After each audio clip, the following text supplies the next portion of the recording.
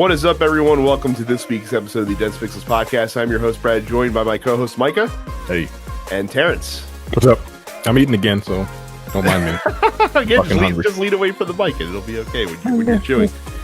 Of course, back half of the show today, we are going to be talking all about Wrestlemania that emanated from New Jersey last night. That's an interesting word to use for something emanating from Jersey. Yes. Yeah. Well, I mean, lots of things emanate from Jersey. Smell-wise. Like fecal matter. For my money, it was a pretty good show. But like I said, we will get there later. We're also going to talk about the biggest story in gaming all last week and go deep into that as well. Before we get to that, not a new game that I've been playing this week, but I did pick up the Astro C40 controller, which came out last week. I've been spending a little bit of time with it in this week or so since I've had it. Here it is right here for those of you watching the video version. I will say that I like this way better than the Scuff Vantage controller that came out a couple of months ago. Mostly because the buttons on the back are actually make sense where they're positioned. They actually loop down to the handles, as you guys can see, much like the Elite controller does, whereas the Scuff Vantage, they're straight down the back. The app that you use on the computer is a little bit more robust and easier to use than the Scuff programming stuff is. It feels good in the hand. Terrence, you'll be pleased I have my analog stick and D-pad offset. Wait, can you yes. decide? Yeah, so you put like that. Yeah, this faceplate actually comes off, and you can move around the stick modules to your heart's content. So you put it that way. I did put it that way. Okay. We'll see. So that proves that it is the better design. No, it's the better design on this controller because you see this controller is wider, so it's more comfortable. It's built like an Xbox controller. Right, it's built like an Xbox controller. Okay, there you go. Exactly. So it's more comfortable on that controller to have it set up that way. Better, more comfortable. It also has some trigger stops on the back, which are nice for playing FPSs. You can actually adjust the travel distance of both the analog sticks and the triggers as well, and you can adjust them in 5 different positions, which is kind of insane. It's got 2 presets on there, which you can pre-program the buttons and the sticks however you want to. It's a solid-ass controller. As usual with these things, I don't necessarily know if it's really worth the price that they're asking for it, which in this case is $199.99. I killed parents. Are you fucking serious? Yeah, I'm dead serious. Said two hondo. That's unacceptable. It's a lot. I mean, there's no doubt it's a lot. Like I said, we all balked at the price of the Xbox Elite controller when it came out. Right? That's $150, right? And this is even more expensive. But I would say between the two, like if you've been looking at getting a Pro controller and debating between the Scuff Vantage or the C40, I would definitely say the C40 is the better of those two options. I may or may not do a full review on this. I don't know if I can do it justice, but we will see. If we do, it'll be on youtube.com/densepixels. So you guys can look out for that. But yeah, so far so good. I'm enjoying it. It is making me play better, even though I'm not yet 100% comfortable with the controller. My stats in Destiny have been going up, so I'm attributing that to the controller at least a little bit. So like having reload back there and having dodge back there has been very convenient and handy. Yeah, it's really convenient. Like I bought the Elite way back when, and I played Destiny on it, and it's really convenient to be able to like revive people and aim and shoot at the same time. Mm-hmm. Yeah, being able to jump and shoot. Yeah, I think I might need one because I play so much Apex. Like I'm pretty sure that would come in handy. It probably would, and this one for some reason doesn't have the same like learning curve than the Scuff did. The thing that was tricky with this one is like the first couple matches that I played, I would literally like play a match, figure out like what I liked and didn't like, and then plug it into the computer and tweak settings. And then I'd go back in and play a match and figure out where I was at, and then plug it back into the computer and tweak settings on it. Basically, like I went back and forth a couple times to try and find like what worked really well for me personally. But the fact that it gives you that range of customization, super helpful. Like I said, the Elite controller is much the same way if you have an Xbox One. I think it has a lot of the same features, if not all the same features that this one has as well. So yeah, C40, it's solid. Again, if you're looking for one, I would say that's the one to get on the market right now. So anything new for you guys at all, or still same shit? Same stuff. Yeah, I'm playing anything new. All right, well then we'll move on. So speaking of new, if you're looking for something new, here's some new release highlights for the week. So Dangerous Driving, which is a spiritual sequel to the Burnout franchise. It actually has a lot of the same developers that worked on Burnout when it was with Criterion. That's coming out for PS4 and Xbox One. The reviews say it's a little threadbare in terms of features, but the gameplay feels very Burnout-esque. So if you've been looking for a new Burnout game, you might want to check out Dangerous Driving. No online play at launch. Apparently that's coming later. But like I said, the single-player campaign has a decent amount of modes and different types of gameplay in it. Another Earth Defense Force game, this one called Iron Rain, is coming out to PS4 this week. They still make those. Apparently, like they're making them like on the indie budget now because they're pumping them out like once every year and a half or so. Okay. So I mean, people like them. It's a cult. It has a cult following for sure. Falcon Age comes to PlayStation 4 and PlayStation VR. Phoenix Wright, the Ace Attorney trilogy, comes to PS4 and Nintendo Switch. So if you want to play the first three Phoenix Wright games from the DS, now you can now play those on console.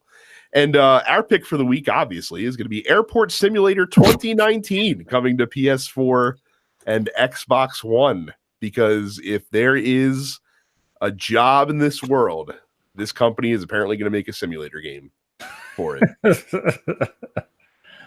What is this? Toplitz Productions? Yeah, I'm assuming they're the same folks that make all the simulator games because it has the same font on the cover as all of the simulator games do. Apparently, this one you're running in airports and working in like baggage, I guess, and checking in people's, luggage. And Airport Simulator 2019 places you as the manager of a major international airport. Your duties range from planning and allocating personnel to procuring and maintaining a vehicle fleet, facility maintenance, and handling ever larger aircraft from a variety of airlines. I just fell asleep. Sorry. I can't remember if our buddy Jason, who's in the fan group, listens to this show, but if he does, I'm going to need him to get Airport Simulator 2019 and tell us how true to life that game is. Oh shit! Because he works for a major airline and he can let us know. So those are your new release highlights for this week. Obviously, if you're going to get one, check out Dangerous Driving, but read reviews first before you go. I saw some video of it. I'm like, this looks like an arcade game. How much is it? That is a great question. I don't know off the top of my head. Goddamn. Oh, and apparently, if you have a PS4 Pro or an Xbox One X, it runs at 60 FPS. So, wow, that's a selling point. 60 on a regular fucking, but no, whatever. It needs the extra power, Terrence. Yeah, okay. You have a Pro. What the fuck do you care? No, I do. But I'm just saying, like, it's $40. So seems kind of steep. It does seem a little expensive. might wait for a sale. Right. I'm like, might wait for a sale. I've seen it in motion. Yeah, I caught the Burnout Paradise like remaster for $5 when it was on sale. I think I'm good. Right. It looks the same. It looks worse. Graphics are not the games though. Burnout Paradise really holds up, man. It does, surprisingly. So moving on from there to our quick hit news stories of the week. Borderlands 3 has a release date of September 13th, coming, of course, to PS4, Xbox One, and PC, but only on the Epic Game Store until June 2020, which some people are really upset about as they go along. What are you going to do? Sucks. Guess you're just gonna have to download another client, or you could do what we'll talk about in the next story. There's gonna be 4 different versions of the game, of course, $60, $80, $100, and $250 editions. Of course, the 250 edition is the Diamond Loot Chest Collector's Edition, which I believe is already sold out. Comes in a loot box with 10 collectible figures, cloth map, vault keychains, and that is exclusive to GameStop in the US. The box art looks pretty sweet, I would say, for Borderlands 3. Pretty cool looking box art, and I'm glad that it's coming relatively sooner rather than later. So last week I was not like as enthused. I'm enthused, but not as enthused as everyone else. And this week I'm here to tell you that I pre-ordered the $100 edition. What the fuck is wrong with you? To the surprise of absolutely nobody. So yeah, I played a little bit of Borderlands 2 again because I have the I bought the Handsome collection a long time ago, and I was like, this don't look good. I thought they said they patched this thing. No, you gotta go. Did you play it after the patch? You gotta physically download the patch, which is 15 gigs. Shit. So I did that, and yeah, it does look better. Everything just looks sharper, and that art style. I mean, they struck gold with that art style, because that art style is very not minimalist, but it's a style that kind of transcends hardware capability. You know what it reminds me of? It reminds me of when Nintendo develops like a Zelda game. Yeah. Like they're not looking to show off the power via like little incremental details in certain things, but everything about it looks good, you know. I too have been playing a little bit of 2 lately, just because I have the itch again with all the trailers and stuff around it. Like I'm scared that I'll burn myself out, because I'm not playing it. Like I picked up my old save and I've just been fucking running around and fucking about. So yeah, I wish I had an old save to play. Yeah, I know. Yeah, we don't need to cover this ground again. You poor bastard. It'd be real fun if I had an old save to go. It was like $15 for the Handsome Jack collection last week. I don't know, it's still maybe. You should get if it's on sale, you should get it and play the pre-sequel. Pre-sequel is pretty fun too. I never played the pre-sequel. I never did either, and I have no desire to at all. It's pretty fun. It does feel like a side story, you know. It's BioShock 2. It's literally BioShock 2. They literally did the same thing they did with BioShock 2. I think they even gave it to the same studio that made BioShock 2. Damn. Yeah. If I'm not mistaken. So, but yes, that's coming real soon. Mike already has it pre-ordered. Of course he does. Yeah. No one's surprised. And like I mentioned, PC users are very upset that it's coming to the Epic Game Store exclusively, because I guess they don't want Gearbox to make as much money as they can, so they want them to take Steam's smaller cut of revenue. So to show how upset they are, because they can't review bomb Borderlands 3 because the game's not out yet, they've taken to review bombing the other Borderlands games that are on Steam. But now Steam has used their new policy where they're basically just fucking ignoring those reviews. Borderlands 2 is the first game to get Steam's off-topic review activity flag. Basically, any reviews that came after April 3rd, they've not aggregated into their score for the game that they have. Fuck off. Yeah, because they're like, yeah, we don't, these are off-topic reviews that we don't feel like will influence your opinion about the game when you play it. That's basically their and we've said it several times.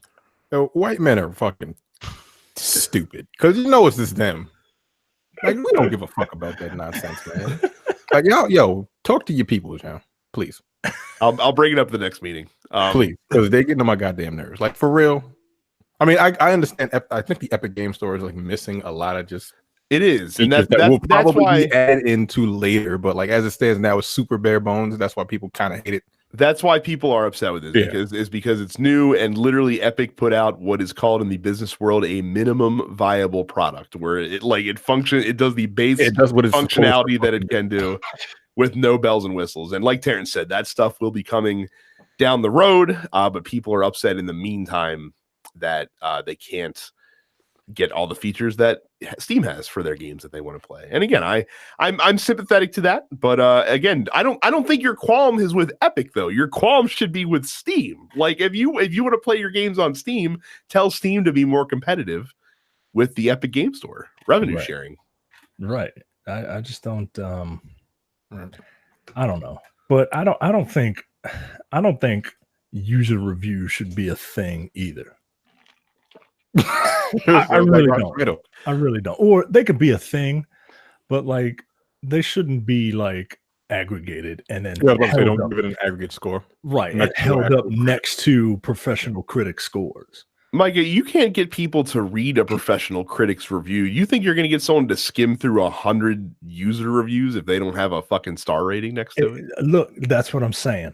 Like you can have your reviews, you can have your star rated reviews, but if you really don't trust these critics and you really want to see what the great unwashed masses think about a video game, no, you should have to wade through it. You should have to wade through all of that. And, I agree. And because look, you're only doing it to find something that already fits your preconceived notion. That's also true. Yeah. That's right. So you should have to go find that shit. Go fishing for the review that you want to justify your $100 purchase. Okay. I got really personal real quick. Same thing with movies, man. Yeah. I don't like user reviews. I just don't like the whole practice of review bombing. It seems fucking stupid to me. Because what's it gonna do? Talk to people, yo. And it's them. Like, come on, yo. I got bigger problems to worry about than I gotta open up another fucking client on my PC to get a game to work. Shut up. I mean, you could remedy this honestly just by only letting approved purchasers review the game. Like if you have a record of purchasing the item, then you can review it. If not, then you can't. Period. So I think it's not a perfect solution, but I think that's the best one. And look, I don't know how Rotten Tomatoes would institute such a thing, but if they could, that would be fucking awesome. Just eliminate it. Just scan your ticket. So Microsoft is rumored to be working on an Xbox Games Pass Ultimate tier, which would combine Games Pass and Xbox Live Gold rather. Reportedly, it would be priced at $14.99 per month, which is a $5 premium on top of the regular $9.99 a month that you would be paying for Xbox Live or for Games Pass for that matter.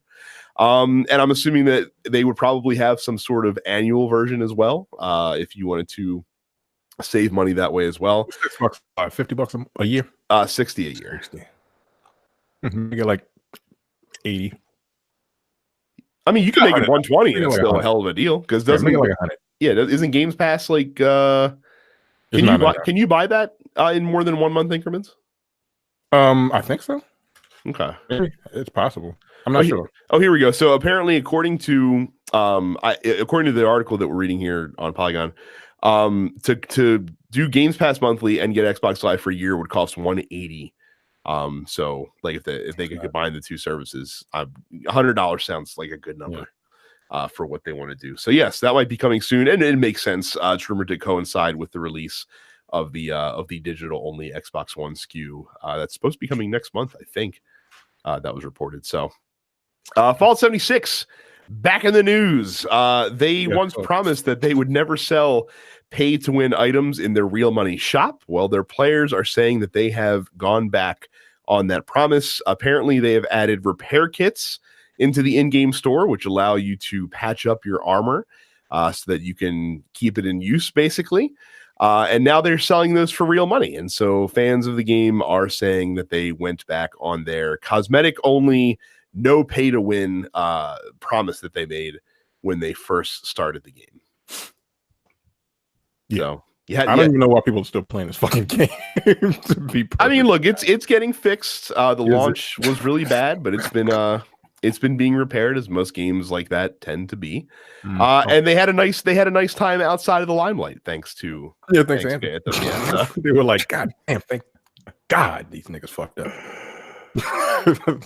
But now here they are selling repair kits. So apparently, you can get them in the game without yes, you can. purchasing them, but like And I think they said there are 2 types of repair kits. Yes, there's a premium repair kit which can only be earned in the game through quests, and then there's the regular one, which is not as good, but that you can buy for real money bucks. So I'm not buying a repair. Okay. Yeah. Fucking microtransactions are really starting to irk the fuck out of me. I'm not buying them, but like just the fact that they're there. I don't even mind that they're there, right? Because that's just the nature of how this business has evolved. Like, just don't lie about it, yo. Like, just don't be like, no, we're never doing that, and then just turn around and do it. Like nobody's gonna remember. Like, it's literally people's job to remember this stuff.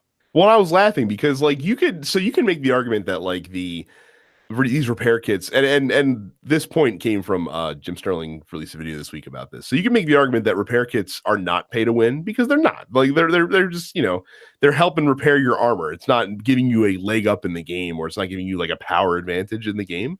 But the game companies have kind of fucked themselves because they've gone so far in making the point that, our microtransactions are okay because it's just cosmetic items. That anything outside of just cosmetics now constitutes pay to win because they've gone so far, they've gone out of their way to, say, hey, it's just cosmetics, guys, just cosmetics. That now when you do something different, people are like, hey, wait a second, that's not just cosmetics that you're doing. So, yeah.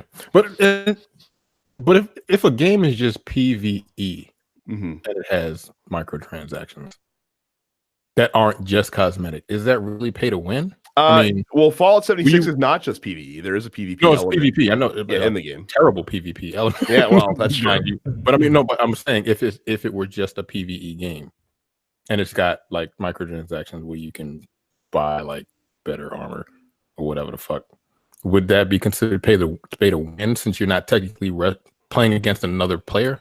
I mean, you're paying to win. You are paying to win, but like, you're kind of fucking yourself over, or you're fast tracking yourself to something you may have been able to earn. I mean, do you have a problem with being able to buy red orbs in DMC5? No, not at all. Okay, I didn't buy them. I found a fucking exploit. I got like 7 million in them, bitch. I mean, that's gonna obviously so it looks like that's gonna vary from person to person, then. Right? So. So I mean, some people would take the stance that if you're not shitting on anyone else's plate, that fucking do you? Who cares? Like if you're spending $1 million on a game just for your enjoyment, then go for it. Right. It's like having a game genie. Yeah, kind of, sort of. It is kind of like having a game genie. Why didn't anyone bitch about the game genie when we were kids? We all had the awesomest thing ever. Because look at all this cool shit you can do by breaking your game. There were a couple of games that I only beat thanks to the Game Genie. Yeah, I paid to win those games. Looks like I'm the asshole. For you young people, a Game Genie is what you would call on PC a trainer, except where the trainer is actually kind of exploiting. Like the Game Genie really just fucked your game up. Like you had to be careful how you saved and stuff like that, man, because it would hack your game for you. And like I said, thanks to us whales buying our Game Genies, the Galoob Corporation is now the multinational conglomerate that they are today. They're not. They went out of business back in the early 90s. So obviously not enough to keep them in front. What a company name, too. Galoob. Galoob. When you said Galoob, not like that just brought back a memory. Like, god damn. Oh my goodness. I used to love the Game Genie. Man, could you imagine if we had the internet when the Game Genie was around? That would have been awesome. All those extra codes you could have gotten. Yeah. Instead, you just had the little book that it came with. That was it. That's all you got. You could send away. You could send away for the supplement that they came out with after the fact, where they added more codes to the other games. Yeah. You said the mail in for that shit, kids. 1957. And it was defunct in 1998 as a toy company. Yeah. They were out for a long time. They were. The game. You could argue the Game Genie ruined their business. Put them on the street. They were fine till the Game Genie came along. The Galoob logo looks surprisingly like the Nintendo logo. That probably wasn't an accident. Right. I mean, they're stealing and hacking everything else. You might as well just steal the Nintendo logo. So speaking of Nintendo, thank you for the transition segue. Nintendo Switch Online customers can now play Super Mario Brothers: The Lost Levels and Punch Out featuring Mr. Dream if you have the Nintendo Switch Online app. So, of course, if you subscribe to Nintendo Switch Online, you can download the app, which lets you play classic NES games. I would imagine at some point in Punch Out, they will probably add a direct line to the Mr. Dream fight where you can get punched in the face and lose in 5 seconds because you won't know what the fuck you're doing. But is the Mr. Dream fight the same as the Mike Tyson code? Yes, it is. I just remember 007. Yes, it is. Because James Bond. This is good. I might. My mother used to love Punch Out. I'm sorry. What? Did she love watching, or she actually played it? No, she played it. She played it. I mean, she only got the Piston Honda, the first version of Piston Honda. He was like the second character, right? Like the second or third, right? He was the third. Okay. It was Glass Joe. It was the German guy. Oh, Von Kaiser. Yeah, Von Kaiser. Oh. It was Piston Honda, and then it was Don Flamingo, and then I think it was King Hippo. Those are the only ones I remember in that order. But I think my wife might like Punch Out because Punch Out is just pattern recognition, right? Like it doesn't take much. But I love that game. Well, until you get to Mike Tyson, then I mean your pattern recognition has to be in tune with your reflexes, and that's just too much brain power for yours truly. So I never did beat Mike Tyson. Neither did I. And I know good. I had a friend that could beat that motherfucker like it was nothing. I hate that nigga for that. Yeah, he's probably a Mensa student. So don't feel bad. He's sitting around with Professor Xavier and Mr. Fantastic and the rest of the geniuses. I'm looking forward to playing this racist ass game. I really, what is it about like combat, like world combat that just brings out like the racist creativity, man? Like only from Japan though. Only for Japan is super racist. The first guy you fight is French, and he's got a glass jaw. Essentially, he can give up.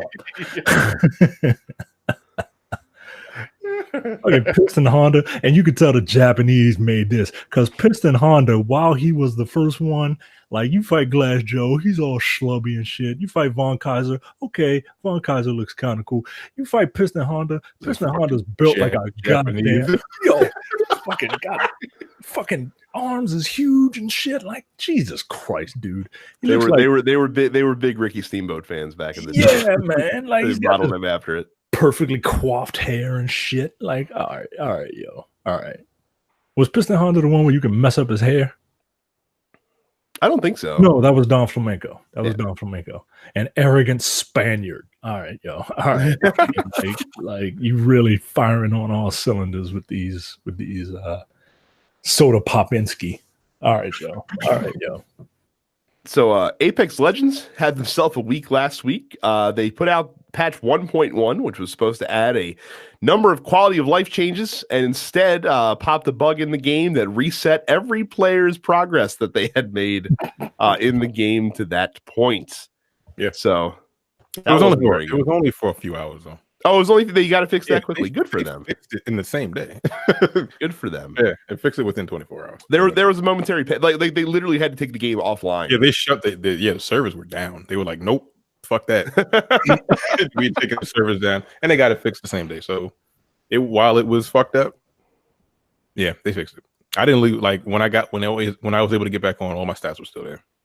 Well, good on them for getting it done and done quickly without having minimal irritation. So speaking of Apex Legends, their influence continues on to Fortnite, as Fortnite is going to be introducing Apex Legends style respawns in the next patch, as we talked about a couple weeks ago. You got to take it to a truck. Okay. Yeah.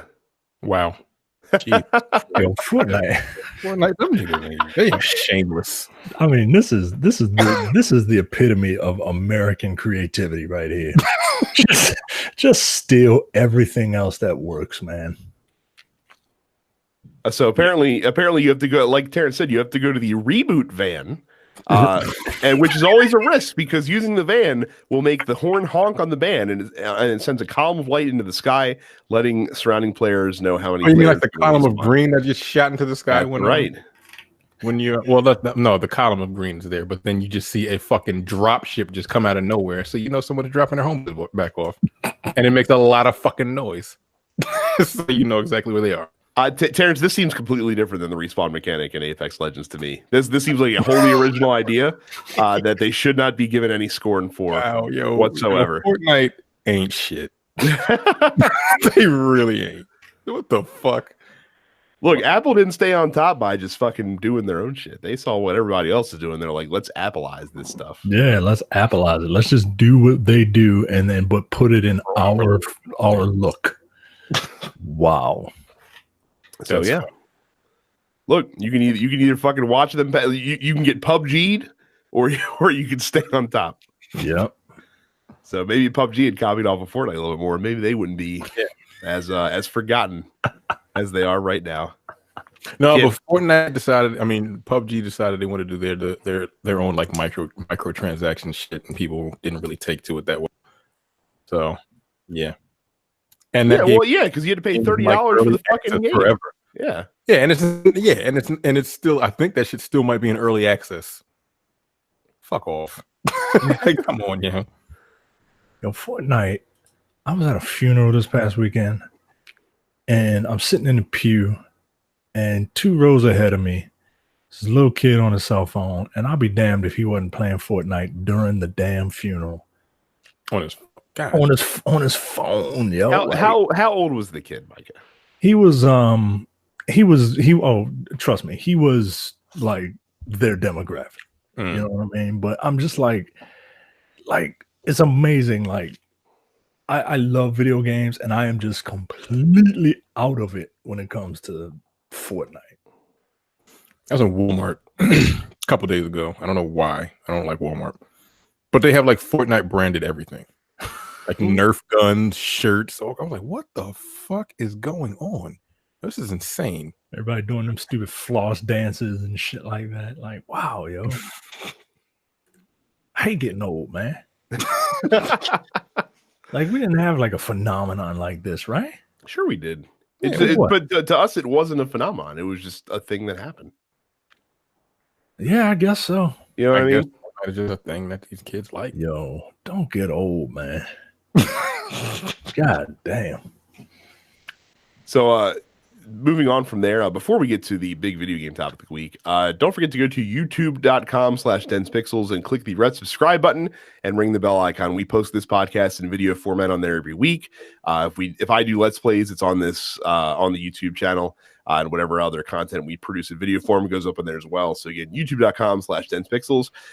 Premium Network. If you're not a premium member, go to densepixels.com/premium.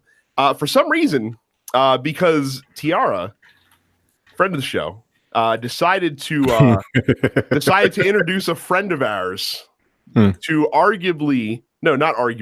definitely the worst James Bond movie of all time.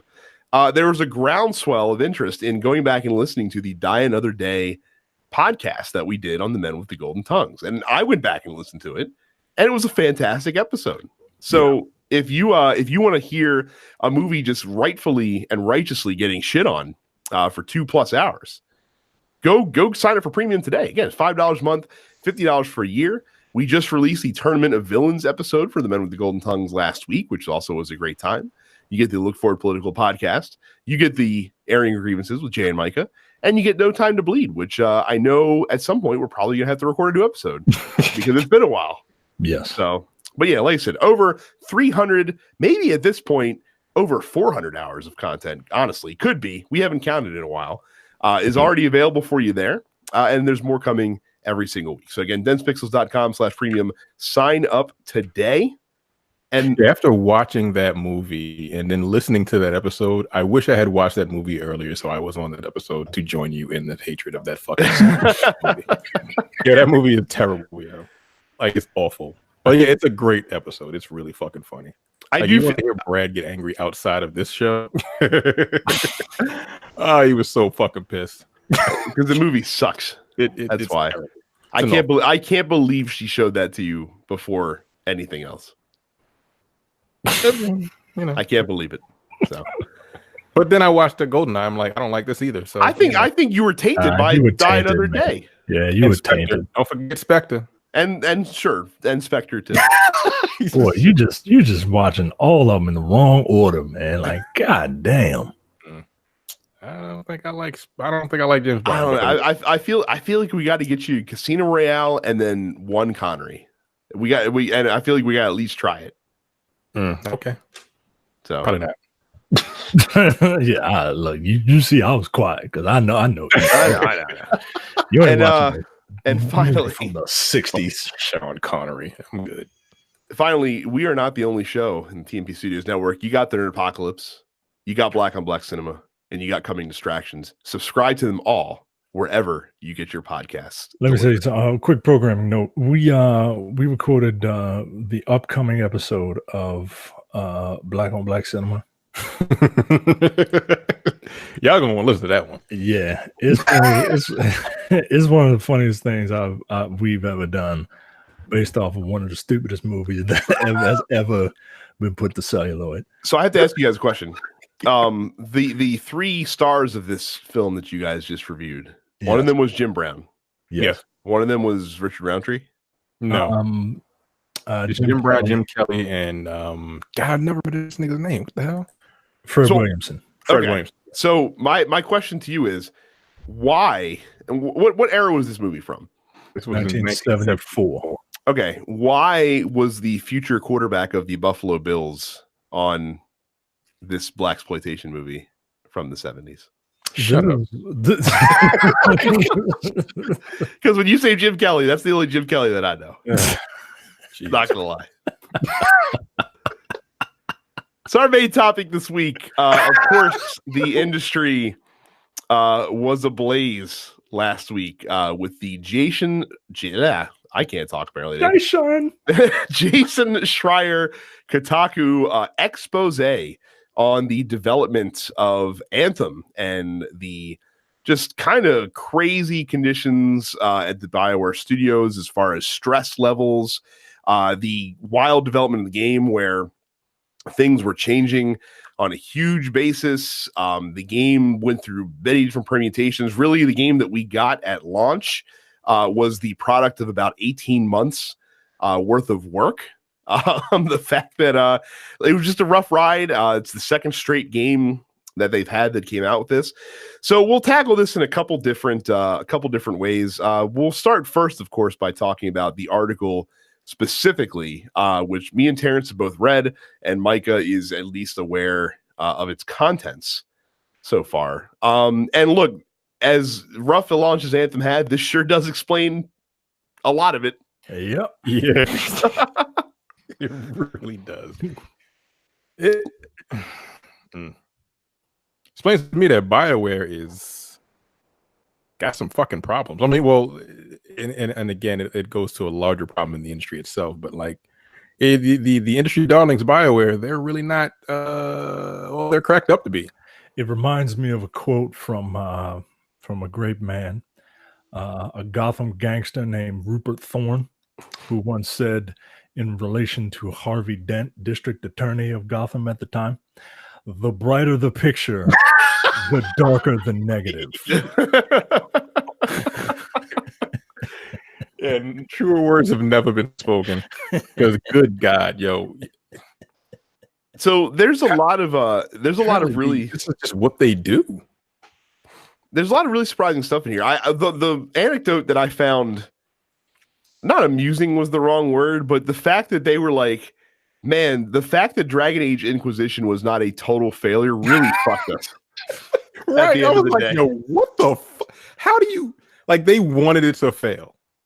They wanted Dragon Age Inquisition to fail. Well, because it went through the same crunch time. This term BioWare magic apparently gets kicked around the studio, where they're like, man, no matter how tough the development, in the last couple months when crunch time happens, everything's just going to come together and it's going to be magical. And that's exactly what happened with Inquisition. Game won the fucking Game of the Year award at the VGAs, and then they were like, "Oh shit!" Like, yo, that's so wild, man. Because I really like Dragon Age Inquisition. It's very different from the other ones, and you can tell, like, it is very different. Like there's something different about it. Like even how it plays and all. But yo, I really like that game, man. Did that use Frostbite engine? Because that was another thing, or did they start the Frostbite engine with Andromeda? I think they might have started it with Andromeda because Inquisition was already well in development by the time the game came out, and I think that the mandate from EA came in like 2015 is when that started, and that's another point too. Is that so this is not the first time I've heard from a developer around EA that Frostbite works really well with Battlefield and nothing else. Because it was designed for that. They used it. They used Frostbite 3 for Dragon Age. Okay. So they used Frostbite, and then it says, but I thought they said that they use it for Dragon Inquisitions, and then they use it for Andromeda. But I thought they made that decision. I did hear that EA said that it had to come down, but they decided to say, "Hey, we made this game."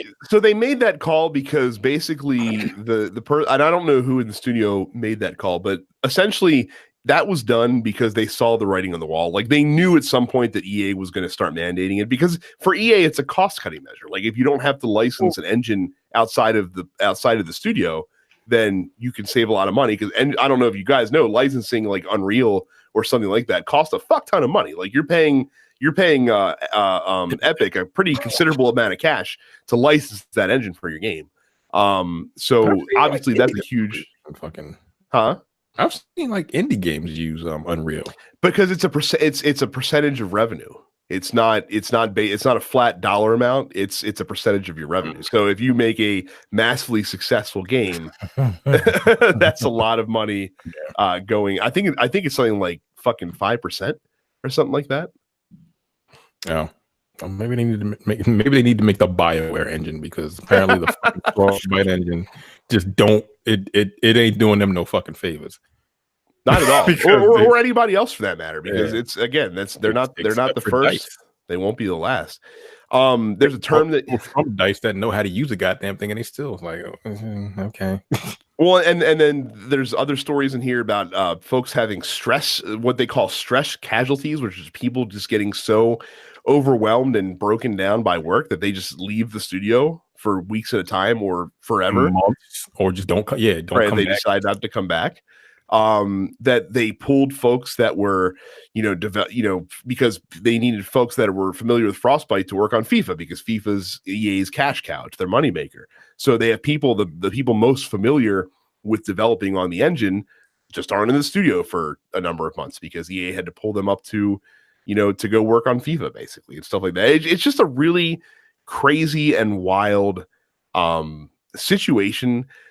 And I'm a little upset at EA, honestly, for like people are complaining about BioWare's mismanagement, and it's certainly there. I'm not going to give them a pass, but EA is not making life easy for anyone that's working for them right now, it seems like. Yeah. Like I would this one in particular, I honestly would probably put it more on BioWare's shoulders. Because you can't, you have a game that you want to create. They said they started like development of this game in 2011 or 12. Development. It was in development for like 6 years, for like 5 years. And then they finally legitimately started working on it at the beginning of 2018. Like putting it together. So they said what we saw at E3 in 2017. No, that was just bullshit. Like the whole thing. It was like a concept video almost. Yeah, essentially, yeah. And they kill zoned it. Yeah, they Watch Dogs won it. Yeah, they said that was just like none of that was actually game at all. Like aside from the flying, because who was it? The head of Patrick Soderlund. Yeah, he played it and he was like, "Yo, this is garbage." And then he was like, "Yo, I like the." And then he said, "Put flying in it." So essentially, the best part, or the part that feels the best, he was like, "You got to keep that. You got to put that in there." And they made it really good because the flying is dope in that game. I will admit that. Yeah. And so they kept that, but then they said, "Okay, we have flying, but like we have all these environments that we've created that are almost useless now because you can just fly over everything. So we just worked on all these environments and they don't fucking matter. So then they had to like retool it to yo, this was just a fucking clusterfuck of just shenanigans. And again, can you admit at this point, Brad, that the game is like after reading the article, like it's just fucked up, yo. It's not. Look, I have factual information to support that claim. So at this point, what do because it's like the game is essentially just broken. It's not done. It's probably not what they wanted the game to be. I don't think like the core framework of the game is just trash. so allow me to provide you, Terrence, with the glass half full take on this situation, because my glass, I didn't throw all the rest of the water out of my glass. What we have with Anthem right now is a cautionary tale. No, well, yeah, but what I'm saying is what we have for Anthem right now is the product of 18 months of work. Yes, and that's what they were able to deliver with 18 months. Could you imagine what they could deliver in another 6 months to a year? I can of working on it, but can they build on this? Because yes, you can. The core of it is just like it's rotten. No, the core that's the opposite. The core is not rotten. The core is good. The way the game is set up, it's fine, right? It's fine. But much like the analogy before, like it functions. Right, like it's basically functions. The Epic Game Store right now. Right, it's look, if you want to get in the suit and you want to fly around and you want to shoot guns, you can do that. But how do you fix like the quality of life things, like the load times, that like the literally going from Fort Tarsus into the gameplay? Those load screens are fucking long as hell. How do you fix that? With engine optimization, that takes time though. Yeah, it does take a lot of. What did I say last week? They're gonna have to do a fucking No Man's Sky. Yeah, you are correct. They're literally gonna have to do No Man's Sky. I think that is the best solution that they could do is to come out and be like, listen, you guys read the article. A lot of fucking problems. Game is half done. That's on us. We're sorry. Look, we're gonna go to ground for a little bit. We're gonna be quiet for a little bit. We're gonna put our nose to the grindstone and fix this shit. When we have something to tell you, we'll tell you. In the meantime, it's gonna be quiet. Like, sorry, and we got to get to work. Like, fuck that roadmap. That doesn't mean it. I mean, right now, no, it probably doesn't. Honestly, doesn't. The problem is, Brad, they didn't do that. What instead Bioware said was, we choose not to comment or participate in this story because we felt that there was an unfair focus on our. So yes, let's move on. Let's move on to. It came out the day the article came out. Now article took like 7 hours to read, so they didn't read. Shit. It didn't come out the day the article came out, Terrence. It came out 15 minutes after the article came out. that. Now, to be fair, Jason Schreier did reach out to the studio before the article was published.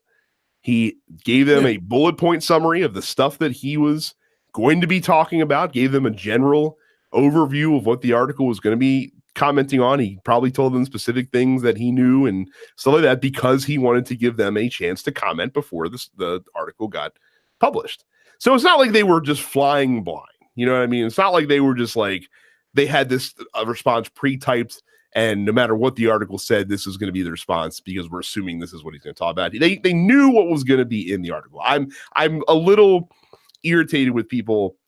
They're like, they didn't even read it, and they're just guessing, and they knew they didn't know what was going to be said. They don't care. They're tone deaf, and I'm just like, no, they knew what was going to be talked about. They're very tone deaf in the wake of the article, though. That's what they put out.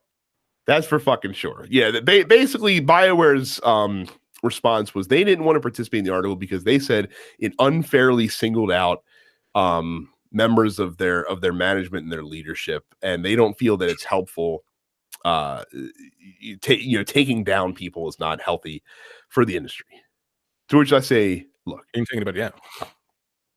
No, they just reported factual information. So. They just reported what happened. Nobody trash. That's on you. No company in any industry, in any field, likes to have an expose written on problems that are happening in their studio. I don't want my name after the word expose or before the word expose. That word just sounds like I did some foul shit. Just to be quite honest. That word just feels like you did something wrong.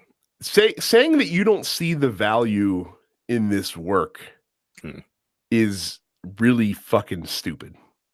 Because what you're saying is that, oh man, if it wasn't for those meddlesome kids, we would have gotten away with it. We would continue to do the same thing. And at this point, you're on strike 2. Well, yeah, if you're viewing it in that, well, but so funny you say that. Ironically, I think this article may have actually bought them more goodwill than they could have possibly ever ascertained on their own. Because now, not the management, not like the top guys at the studio. Guys, they look like they look like evil corporate like monsters. But right, but the rank and file workers of Bioware, people are like, I went on the Reddit. I went on the fucking Anthem Reddit like in the days after the story came out, and people were like, man, we were really hard on those developers, huh? But like shitting all over the game, and also like, yeah, it's broken, but kind of, man, I didn't realize how stressful it was over at Bioware. I didn't realize that they were having such a tough time. As if developers are fucking pounding away at the keyboard, fucking making, yeah, I can't wait how shitty this game's gonna be. It's gonna be fucking terrible. I'm having such a great time working on this awful game. Gamers are gonna be so bad. It's gonna be great. Right. You hear people having stress fatalities, and it's like, oh, whoa, I'm sorry, man. I was just being an asshole on the internet. That's what I do. I didn't mean for you to flip out. No, that's crazy. You get so stressed that you're like, yo, I gotta leave and not come the fuck back. Who was named in the article? Nobody. No, there was a couple people named. Was Casey Hudson named? Because he left. He left in 2014. Yeah, not in the sense he wasn't. He was essentially like the leader that just left, and everything went to shit after he left. Essentially, Mark Dara was named, who ended up being the like executive producer on the game, as someone who they brought in because the problem was that apparently, no one was making decisions on anything in the game. Like they were just like talking about shit, but nobody would make a final call. So they basically brought him in to be the fucking cat wrangler to get everybody fucking herded up together and to make calls basically so that the development could move forward. Essentially, there's a couple other guys that got named as well in the mix. But again, it wasn't like naming folks and shaming them. Like it wasn't. His character wasn't being disparaged. It was just being like, this is what Mark Dara did when he came on board on the project. I got to get this shit together so we can ship a fucking game because we have a right. When they did talk about the more negative stuff, like the terms they used were more nebulous. Like they didn't say like, this guy didn't listen to what I said. Management didn't listen to what we said. Like that's a more free facing term. And that's not necessarily calling out anybody that did that. And look, man, like I said, I am also sympathetic because I am very familiar with management. It can be difficult sometimes. Like management is all about fucking spinning plates, right? Like that's literally what you're doing is fucking spinning a bunch of plates. And look, sometimes the plates fall down. You can't do anything about that. So I get the difficulty. It's tough, man. It's a fucking tough thing. And the thing that I wanted to talk about specifically around this is, and before we move on to the other point, Casey Hudson, a memo got leaked out that he sent internal in Bioware where he did acknowledge the stuff in the article and talked about how that they needed to change the culture at the studio.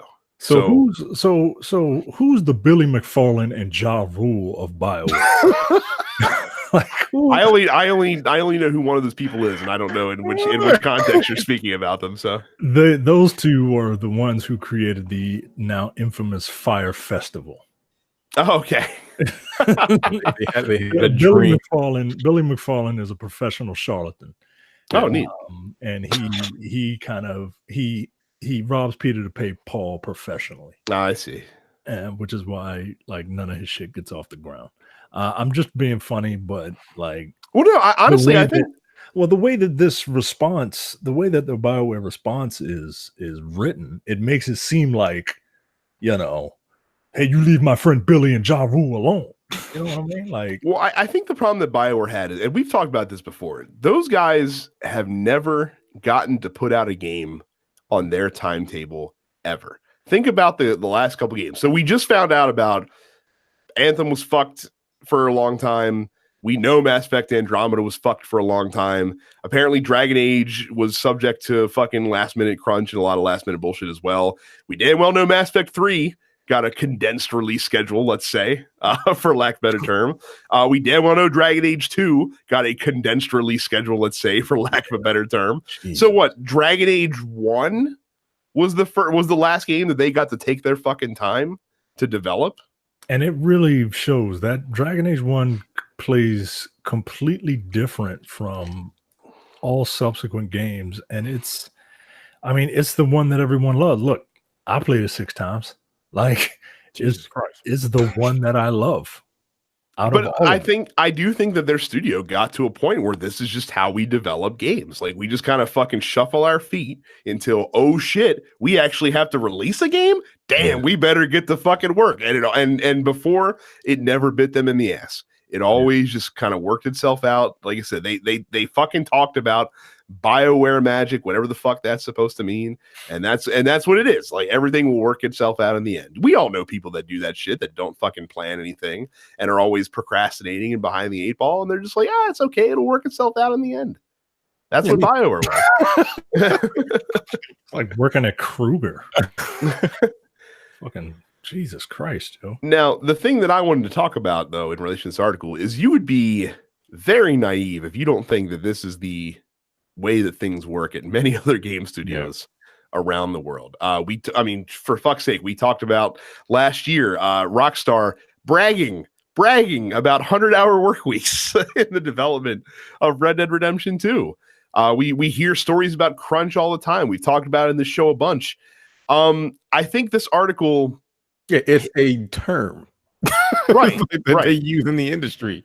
I think it's got to be regular. I think this article is going to really, in a way that we haven't seen before, shed the light of sympathy on game developers. And I really think that there's going to be much more than there was before this, not only within the industry groundswell, but I think a public push to take care of these folks a little bit better. And that could mean lots of things. That could mean the public being okay with longer release schedules and companies having to fucking get on board with that shit. That could mean unionization, possibly. What do you guys think the broader implications of this are going to be on the industry as a whole? Nothing. I don't think, and I hate to be, that asshole, but I don't think the industry is going to change. Unionization is wonderful for these people, but corporations will send out, their machine to let you know, hey, if they unionize, guess what? Your video games are going to cost $20 more. You ready to pay $80 base for a video game? And longer release schedules. Hey, that's not going to fit companies' bottom line, right? Because they have certain quotas that they have to make every quarter. And 2, again, we wanted to look at how people get pissed when a game is delayed a month. But people are gonna have to get off that shit. At this point, after all these stories, they can do that. I think all except for the dregs will. Yeah, like if you can avoid 4chan and Reddit, then maybe I think people will be much more sympathetic. Like I'm not gonna. I used to get super pissed when things used to be. And then you grew up. Yeah, but then I'm like, yo, I'm starting to see all these games come out not finished. Right. And that seems to literally be just the way the game industry works now. Like, they'll just throw a game out there fucked up, and I'll have a day 1 7 gig patch to fix the shit that they already know is broken. Like, I'd rather you just take your at this point, just take your time and give me a full game like I used to have. Even if it's not fucked up. Devil May Cry is the best action game I've ever played, and it still wasn't finished. Like, they had to wait a month to input a game mode in it. Yeah, you know what I mean? The Bloody Palace, which was already in 3. Right. So, and I think they put it in. I don't know. I don't remember if 4 had it automatically. So I don't remember if 4 had it automatically. So yeah. it's just the nature of this industry, and they're not going to go back because they don't have to go back with the advancement in technology where you can just download a 10 gig day one patch. Yeah, you'd be all right. And then you have to remember, like, we're like the old white folks of video games at this point, right? Like, we remember when this shit didn't happen. Like, the kids growing up now, this is just commonplace. This is all they know. So it's kind of like, but they're used to it. Like, the day one patch, we'll download this and it'll be fine. Or the game's not done. It'll be completed in another month or so. Whatever. Right. It's just the way things are. We're the ones that have to adapt. Yeah. We try to tell these young people, nah, yo, it came on cartridges and they were all done. And they're like, you got what you got. Like, what are you talking about? What's a cartridge? What the fuck is a cartridge? That's when I throw a goddamn Nintendo cartridge at your head. Young motherfucker.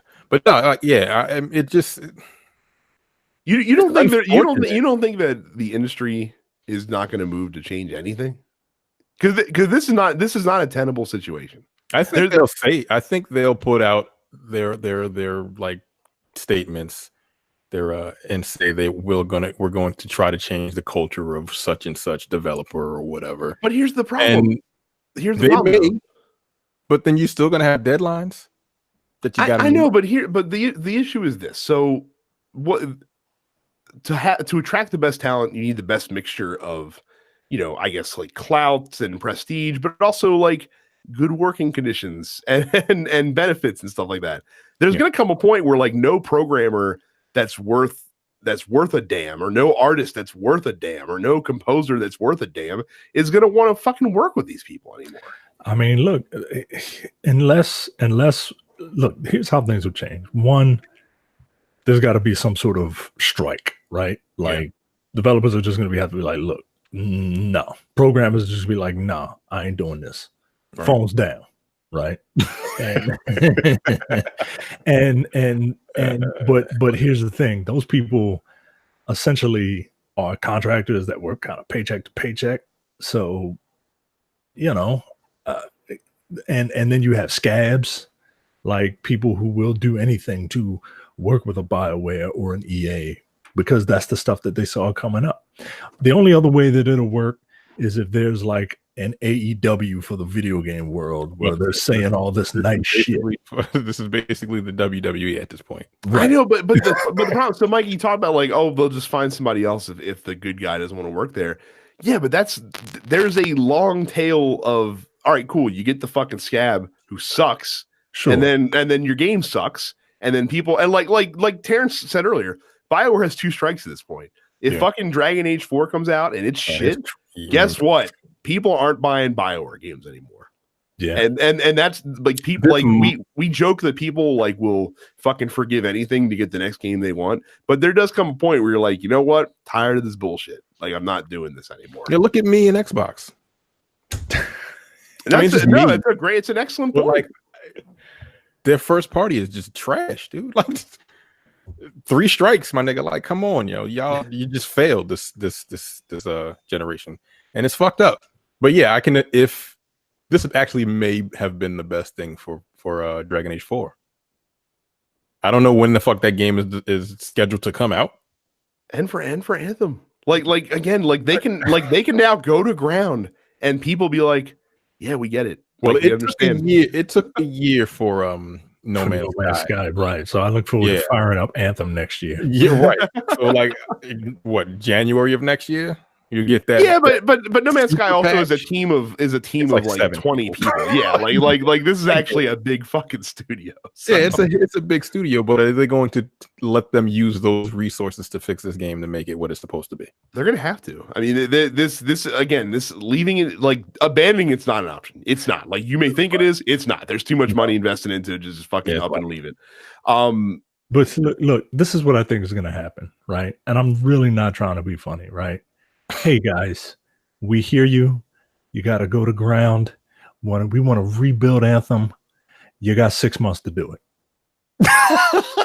Right. Like we just like Right. wait a minute, yo. Like you give it us you'll get the update. You'll get the update in September. But I'm saying like you're not gonna get like I don't need them to update me. Just fucking work on the game. Let me know when you have something to report. Yeah. No, that's the thing. Like that's exactly what No Man's Sky did or Hello Games did, which is dope on their part. They're still updating that fucking game. Yeah, look, as much as I like to have fun at No Man's Sky expense, I've never seen a company do a 180 like that.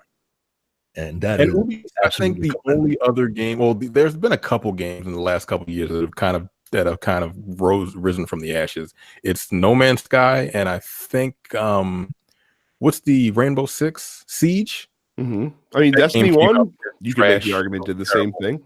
Yeah, Rainbow Six Siege Division went in its final state. People seem to love it, and there's one other, I think, For Honor. Also, that game came out was like gross.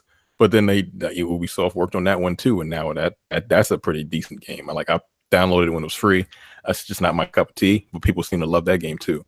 So there are a bunch of games that have just kind of done this thing, but like Anthem is a different story. Like Anthem is like just fundamentally just I don't know. Not at the end of the day, I don't think it's that different than everything else. I mean, look. They didn't even know what the hell the game was going to be. That's the crazy part. They were like, yo, what are we making? Like at the beginning of 2018, they're like, what the fuck game are we making? And then they were like, okay, well, this is what it is. And then they just worked on it.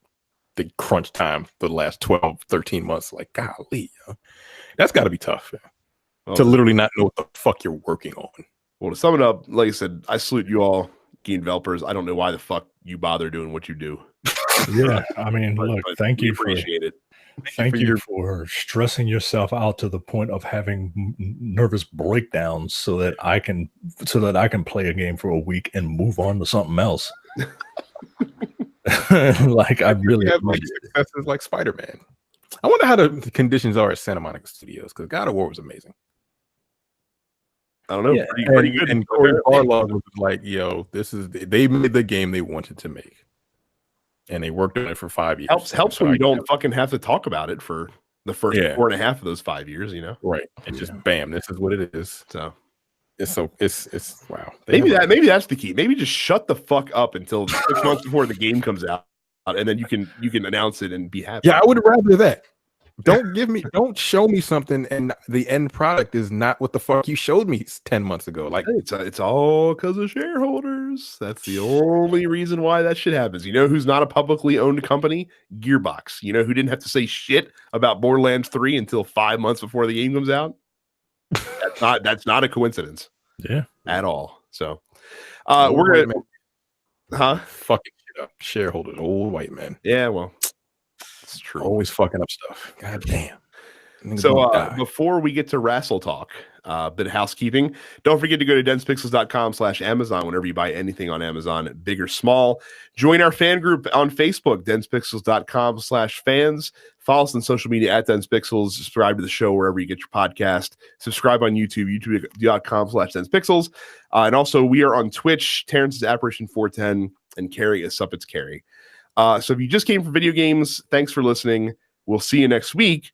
But now our review of Wrestlemania. So Wrestlemania came to us from not New York last night.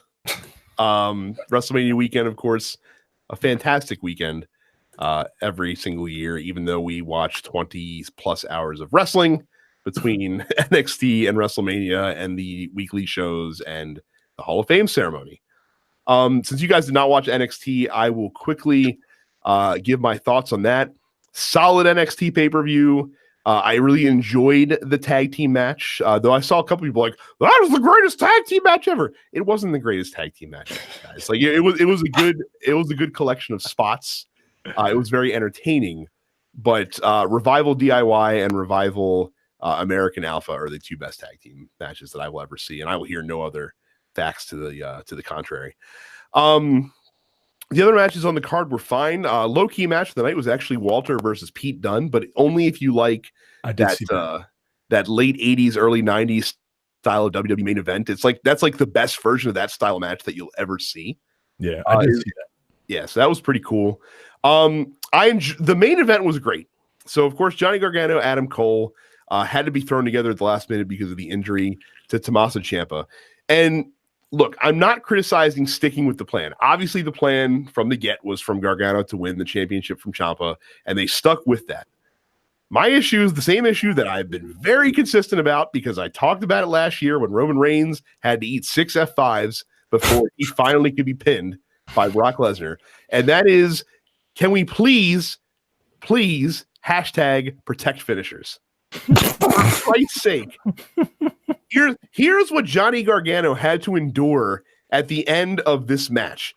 He had to endure a last shot. He kicked out. That's Adam Cole's finishing move, by the way, is the last shot. He kicked out.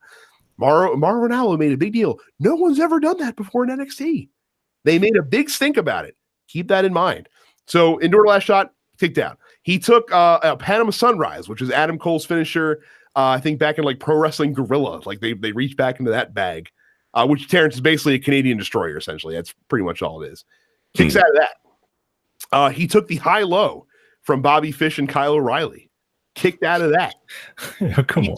He took another last shot that was preceded by 2 super kicks and kicked out of that and finally put on the Gargano escape to win the last fall and win the match. I don't like Supermaning someone with finishers and he's just like, I'm going to kick out of everything. And you could even make the case with Roman Reigns because he's pretty much Hulk Hogan, John Cena 3.0. Johnny Gargano is not that. Not that at all. Yeah, so, I don't like that, man. I don't like that. I hate it when Brock Lesnar doles out 5 F5s at the beginning of a match and shit like that, man. Like it doesn't, like if you're gonna do that, like you need, like AJ Styles has his finishers. You very rarely see the styles clash on anything other than a monthly event. And like that is usually pretty protected, but like then you need a reserve, you need a golden bullet for monthly events if you're gonna have people just kick out of finish. Look, AJ Styles kicked out of the RKO at WrestleMania last night. I was legit shocked because they had done such a fantastic job protecting that move over years. Yep. That whenever someone kicks out of it, it's a big deal. Yeah. Every finisher, and maybe not every finisher, most finishers should be like that. Yeah. So stop having people frivolously kick out of finisher after finisher. No, stop it. They need to mean something. And Gargano's not a fucking Superman. He's not the guy to get that treatment. Cool ending. Cool that he finally won. Nice moment with Ciampa on the ramp at the end. But I just didn't like how they booked the end of the match. So moving on from there, Hall of Fame was cool. It was fine, I should say. It wasn't even that great. But the DX speeches were fun. They were being themselves. But the 50-year-old, 2019 version.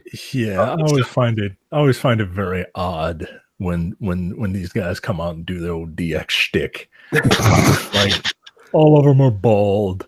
Shawn Michaels runs around like a little like, all right, yo, you're bald under that hat, yo.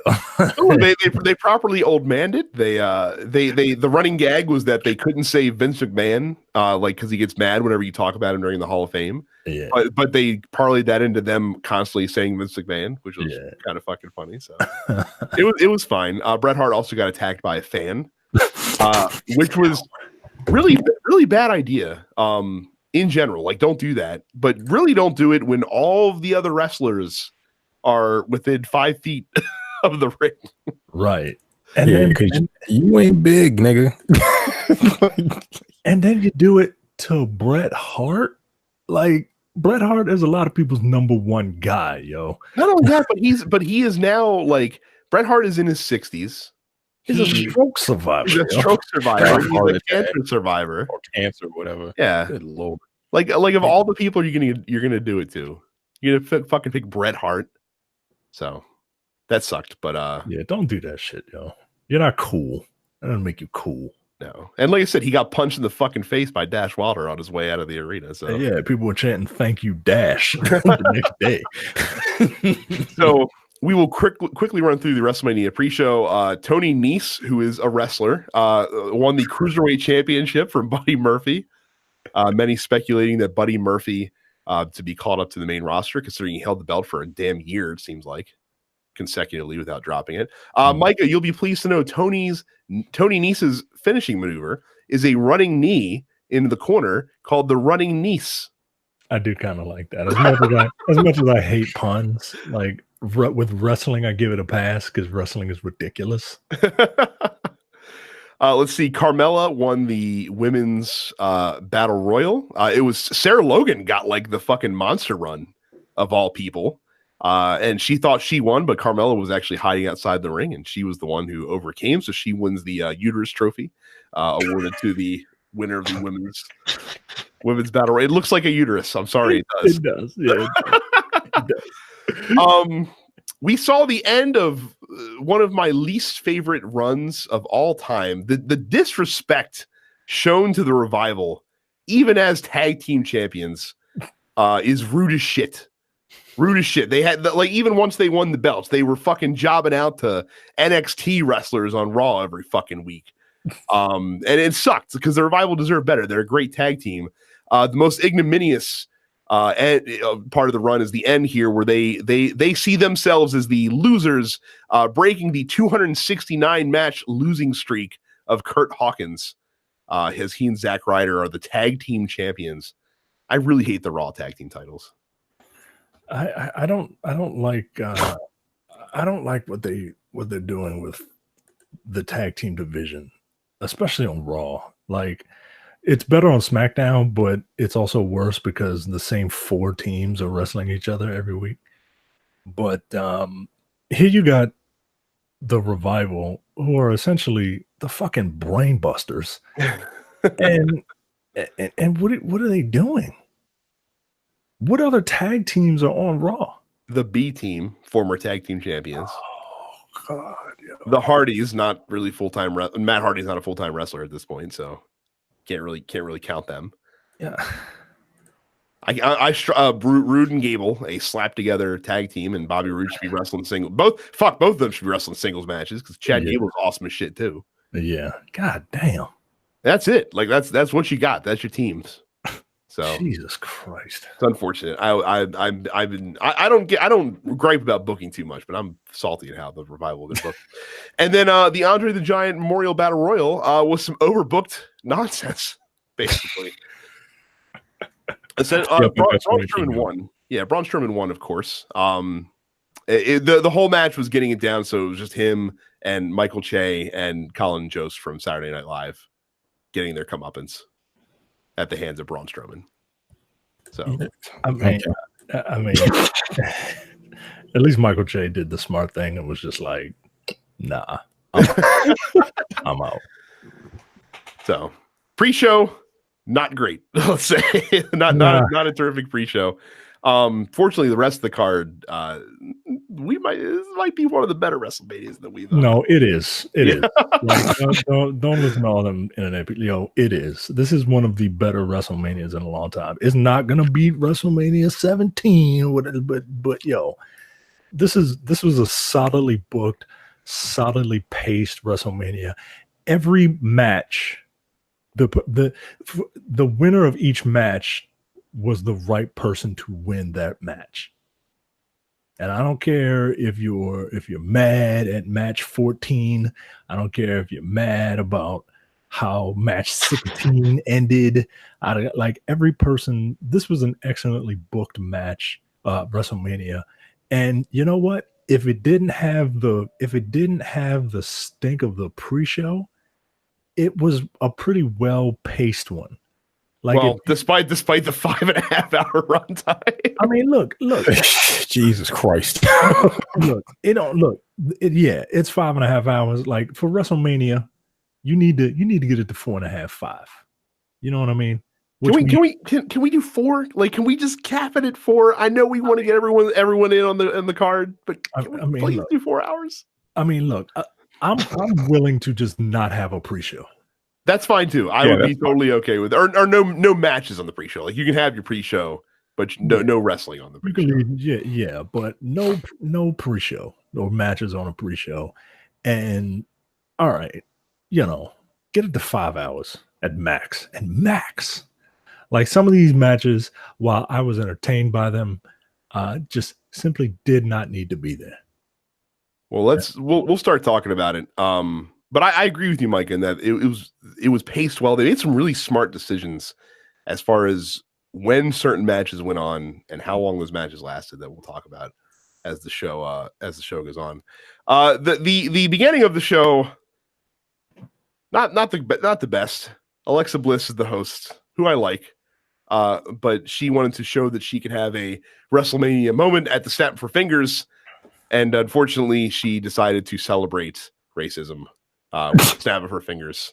As the should have been Thanos snapping his fingers. I see that nigga. Who wants to see Hulk Hogan? Thanos did snap his fingers, and everybody else from that generation died. God damn, as Alexa, or as someone in our chat that we had in the network said, it's not that big of a feat, Alexa Bliss, to snap your fingers and make a racist with a red hat appear. Yo, that motherfucker came on, made a joke about how he botched the name of the arena at a previous WrestleMania, and then proceeded to botch the name of this stadium. What, yo, what is he doing? He's useless. Fuck Hulk Hogan. Hulk Hogan could pass away right now. I wouldn't care, yo. He's gonna live until he's 90. So. He is, and he's the type of scumbag dude that would live into forever.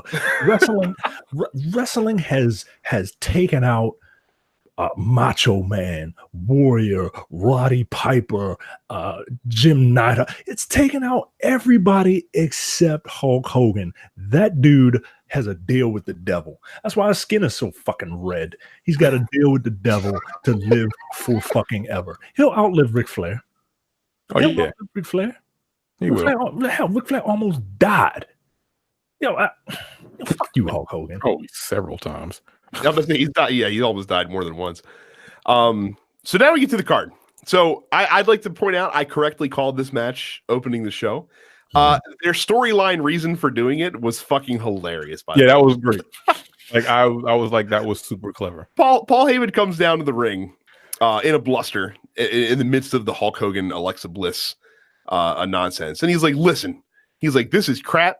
You're not going to put us in the main event. Fine. Let's just get this over with so we can fly to Vegas where my client is truly appreciated." That's good shit right there. That's great kayfabe. So yeah, we got Seth Rollins trying to win the Universal Championship against Brock Lesnar. Brock Lesnar attacks Rollins before the bell, beats him down pretty hard, F5s him on the floor, throws him around on the outside a little bit, throws him across the announce table. The match hasn't even started yet, but then Rollins is able to find his way back in the ring.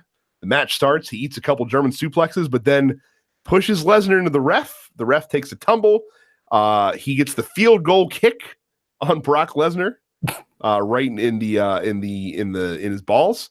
And then 3 stomps later, we have a new Universal Champion. Do you guys have an issue with how this match was booked? I know. I'm pretty sure we're all happy with the ending.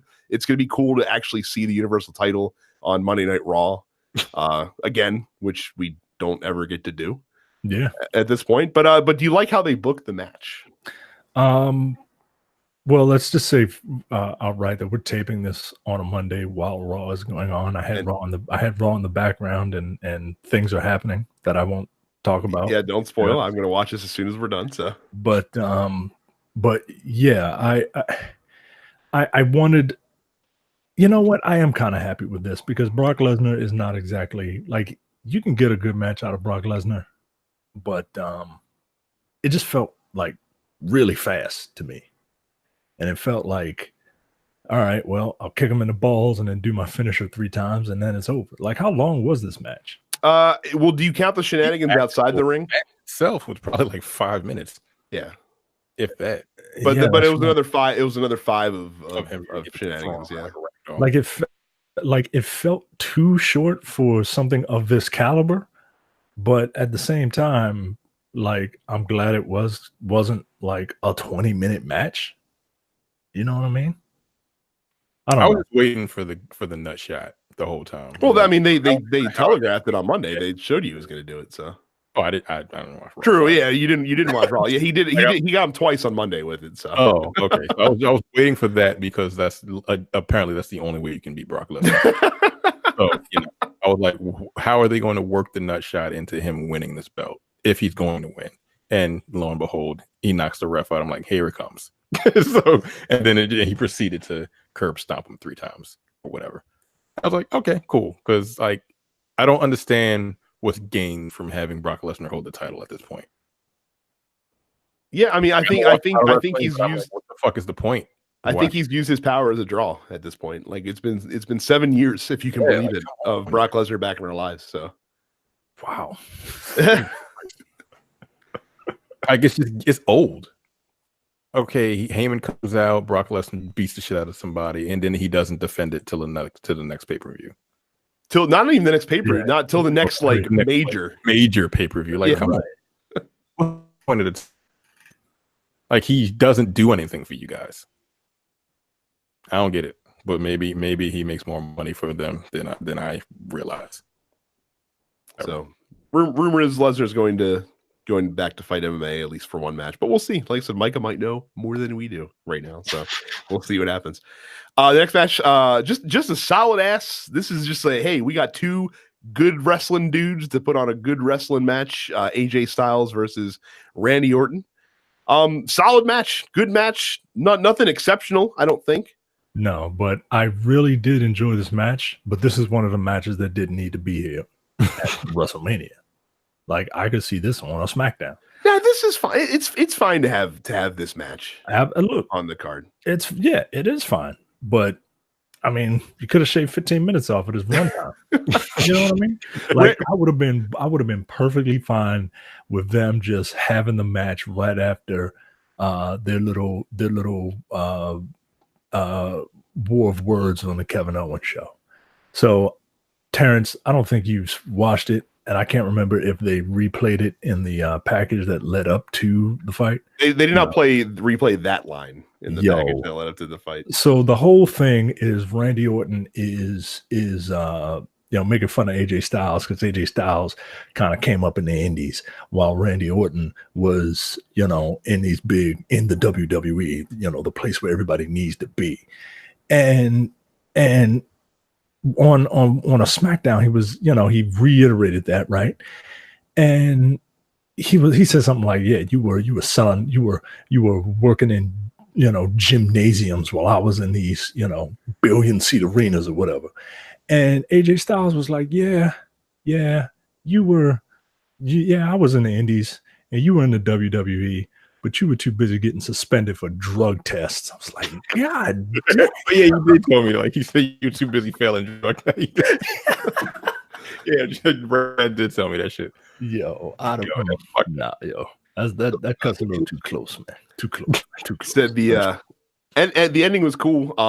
They basically played up AJ Styles. Like I mentioned earlier, he kicks out of the RKO, surprisingly. And they also kind of molded the match around that AJ Styles, like he has Randy Orton too well scouted, that he basically fainted a flying forearm, yeah, to make Randy go for the RKO, and then he nailed it. He won, and that's the match. Yeah, solid match. I did enjoy it. So next up, the SmackDown tag team titles on the line. The Usos defending against the Bar. Rusev and Shinsuke Nakamura, and the WrestleMania debut of Blackester or Blackishay or Rickister or whatever you want to call Ricochet and Aleister Black. This match was just to showcase Ricochet. I swear to God, that's the only reason that this match. Yeah, my only I like Ricochet, but my big worry is that Ricochet is only just he's just a spot guy. Yeah, that's always been my big critique of him. Yeah, that's right. This is Terrence's first experience with Ricochet. So I was like, oh, so he just does a whole bunch of flips and shit. Literally. Yeah. Like what did he do? What was that fucking save he did? I'm like, you really didn't need to do that. the shooting star press save. Shooting star press save. I'm like, nigga, like the time it took for you to do all that, he could have counted to 3 and you'd have lost the match. As I remarked when he did that, I was like, a kick to the head would have sufficed Travis. That would have been fine. I was like, you wow, you didn't have to go super extra. Unnecessary. Jesus Christ, dude. Get it. You're a fucking gymnast. All right. The most notable point of the match, of course, is that Cesaro had Ricochet in the giant swing for literally a minute, which is insane. While he was swinging him, what's his name was doing the beat, the whatever the on every other person in the match, basically. I was like, it was a funny spot. It was pretty funny. The Usos go over here. The right team won. That's right absolutely the right team to retain in this match as well. Now we have, for my money, we have a match that should not have been as entertaining as it was. It was the most fun match of the night. God damn it! It was the most fun match of the night. Shane McMahon versus The Miz. Falls count anywhere. This match was fun. Miz's dad got into the ring to square up with Shane McMahon. Yo, what the fuck? And got his ass kicked. Oh my God. First of all, The Miz better make sure to take care of himself. What did I say last night? Yo, if his dad is any indication of what he's going to look like in the future, whoa. It's like, yo, I wonder what his wife is looking like. Oh, Lord. Because this is not looking good. God damn. Yeah, he looks like he drives a fucking pickup truck. Miz was great here, man. Like I said, Miz is not a no holds barred kind of wrestler. Like he's not a hardcore match kind of wrestler, but he held his own, man. Like we know Shane McMahon will fucking jump off anything and fucking do all the Shane McMahon bullshit. Yeah, but yeah. Miz was good, man. I laughed. The foreign announcers thought they'd be safe at their location in the arena. They were wrong. So we saw Shane McMahon put through the Mandarin announce table or Japanese announce table or French announce table. One of the announce tables up there. He got pasted through. Shane took like a 8-foot tumble off of a fucking scaffolding backwards onto the concrete floor, which is nuts. And the finish, and the finish was great. They were up high on a camera tower. Shane begging for mercy because it looked like Miz was going to throw him off.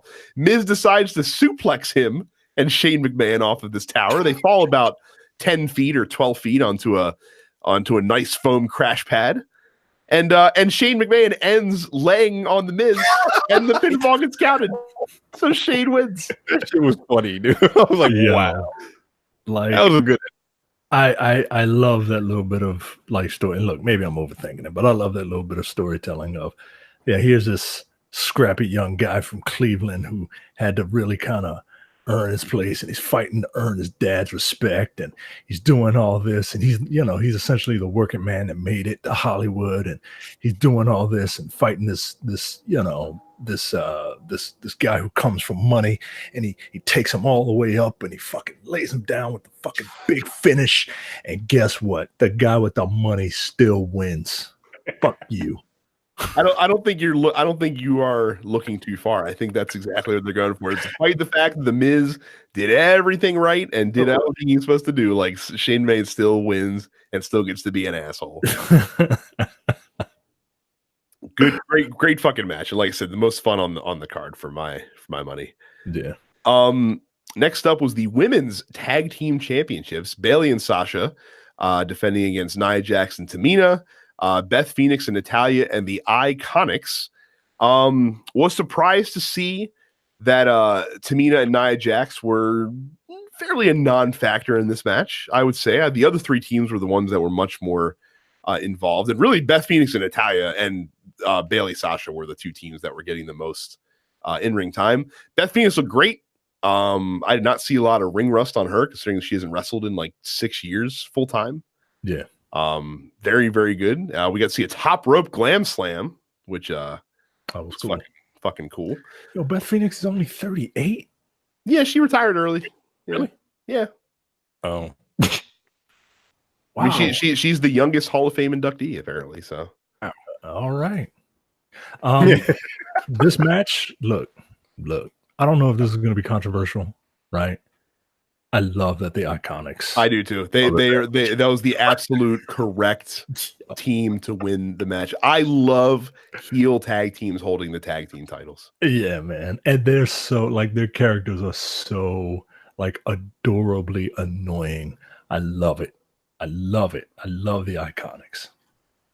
And look, like this championship, like Bayley and Sasha winning it first, okay, fine. Like that's probably the right call. But this title was made for teams like them.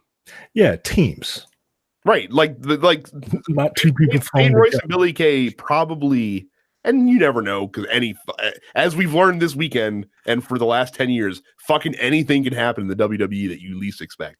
But I don't see either of these two getting a singles push anytime soon. You know what I mean? Yeah, they kind of need each other. But yeah, the fact that they're, the only team like from the ground up, not like the Boss and the Hug Connection, because let's name them that, because they weren't tag teams before, so now we got to kind of hurry up and push something together. Yeah, I love it. Love the Iconics, and those belts are dope. They're way better than the men's titles. You don't like the Roman? No, they look like props.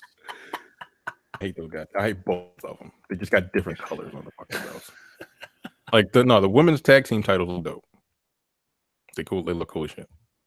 They look like indie wrestling titles, is what they look like, which is fine. Like I said, I'm okay with that. But yeah, I can't wait to see them celebrate on Tuesday. It's gonna be fucking hilarious. Yeah, honestly. So yeah, right team won. Good job on them. Finally, we get to probably the most anticipated match of the card. Look, women's main event. We're all looking forward to it. We wanted to see Daniel Bryan versus Kofi Kingston, because Kofi Kingston being in this match at this event in this year is more improbable than Daniel Bryan winning the title main eventing a WrestleMania. It's more improbable than Chris Benoit winning, world title at a WrestleMania. Like it is the most improbable person getting that spot that I can think of. And it's wild how it came together. Like it's amazing that it came together seemingly from happenstance. Yeah, because your boy Ali is injury prone, apparently. Guess he can't cut it. Guess he's not good enough. I'm just fucking with you, yo. Who directed it? Huh? Who that directed it?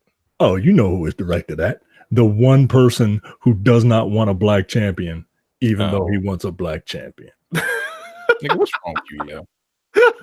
I don't understand that shit at all, yo. He ain't black though. He African, so that'll. And look, so I was terrified. I love you, Malcolm. Yo, don't change. Don't ever change, yo. I was a little worried because WWE rarely gives you everything you want at WrestleMania. There's usually at least one match that ends in crushing disappointment based on how you expect it to go. I thought it was gonna be Lesnar and Rollins. I thought it was gonna be this. I said last week, nah, yo, they ain't gonna. Vince McMahon doesn't like black love. Like he ain't gonna have this.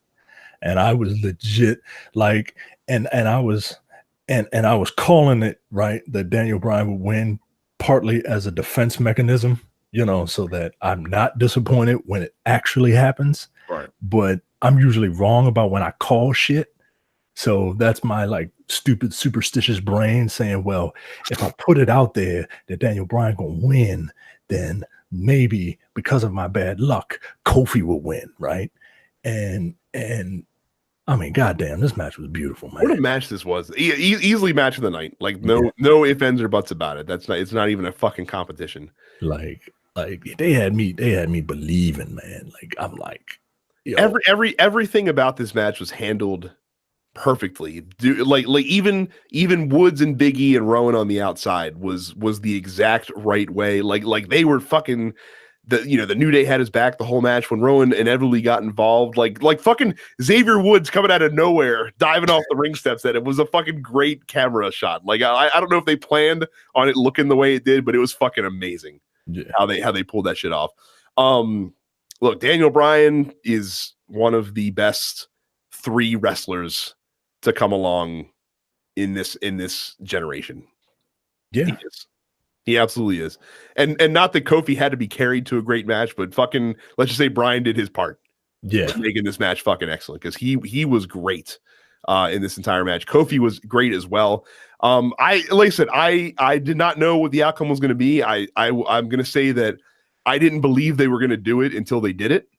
Yeah, I honestly did not think Kofi. I was like, I'm rooting for everybody black, but I didn't think that they were going to give the belt to Kofi. Mm-hmm. And when they did, I was just like, wow. That's all I said. I was the crowd was perfectly. The crowd was perfect in this match. I give the crowd shit all the time, especially smart crowds that usually come that are the type that come to WrestleMania. They played their parts perfectly in this match. Like even like to the point where every time like they were doing the yes chants for Kofi. Like that like that's fucking perfect. Like that's exactly what you're supposed to be doing in this fucking match right here. It was just great. It was just great all the way around. It's just a fantastic match. They kept you guessing. Like I said, the best thing you could do to old jaded wrestling fans like the three of us are to be able to truly suspend our disbelief. Yeah. And that's what you did in this match. For sure. You know, the match was great. And the aftermath. Like I was scrolling through my fucking Facebook timeline and like people were like, I almost cried when he won the belt. I was like, God. Oh well, I mean, I did. I almost cried, yo. I almost cried because I was like, yo, I don't believe this show. Because look, this is when I almost cried when he brought his sons in there. Yeah. I'm like, yo, come on. Got a man up. Right. When he brought his kids in, I was like, damn. He brought his sons in there, man. I was just like, yo, come on, yo. My son hopped that rope like it wasn't nothing. Like, right. Like, yo, right, there you go. Like I said, they had the old belt at the ready so that he could celebrate. Because that was the one thing people said. They're like, man, it's gonna be really like it's gonna be cool if he wins. It's gonna be really shitty seeing him celebrate with that fucking hemp title. Yeah. But they had the old belt ready to go. I love the black belt. I don't really like the universal joint. I don't like the red. I like the black on that design. Because it's classic. It's classic. Yeah, and they brought new merch as well because the new name is nothing but a bunch of fucking chills. Apparently the online store started selling the victory shirts before the match was over. Who's looking at the shop though at that point? You know I know. But come on. I just thought like that was funny. there was one video I saw of MVP watching the match. Yo, come on. And he said, come on, yo. Come and on. when he saw him win, he was just like, he just like teared up. I'm like, God damn, is that fucking important? Yeah, it is that important. People backstage would like probably legitimately rooting because they don't know who's gonna win the match. Like it was great, man. And like I don't understand how hating ass niggas don't don't see why this is super important. You know? We've literally had one other one, and even he technicality. Right. Even that little God, has there really like besides The Rock not been? Yo, he's the second. Wow. I mean, it has been WCW champions and shit like that. Right. Yeah. Rock and Kofi Kingston are the only two black fucking champions. Booker T never won the WWE title, did he? No, he didn't. No, he won. He was always the world title. Yep. Nope. That is a shame. Yeah. It's fucked up. So it was awesome though. It was fucking great. Even the backstage when they were interviewing New Day, like they couldn't hold it in, yeah. Nor should they. It's just like shit is dope. And like I don't know, man. I don't understand. Yeah. I don't understand how people can't like that, Malcolm. I mean, because it's just good storytelling. Like, look, if Kofi's not your guy, that's fine. But like come on, man. You can appreciate that from a storytelling perspective, right? Especially because he got there by happenstance, but they made it work, and they only had a couple months to do it, but they made it work. And the funny thing is, like, it's not like they were running a new playbook. Like this is literally like this is literally the proto Daniel Bryan story, right? Just condensed. Right. I mean, so but it's effective. It works. And like I said, having Bryan be the foil, and him using the fucking the insult that was thrown at him. The B+ player insult just made it elevated it to that much higher of a level. Like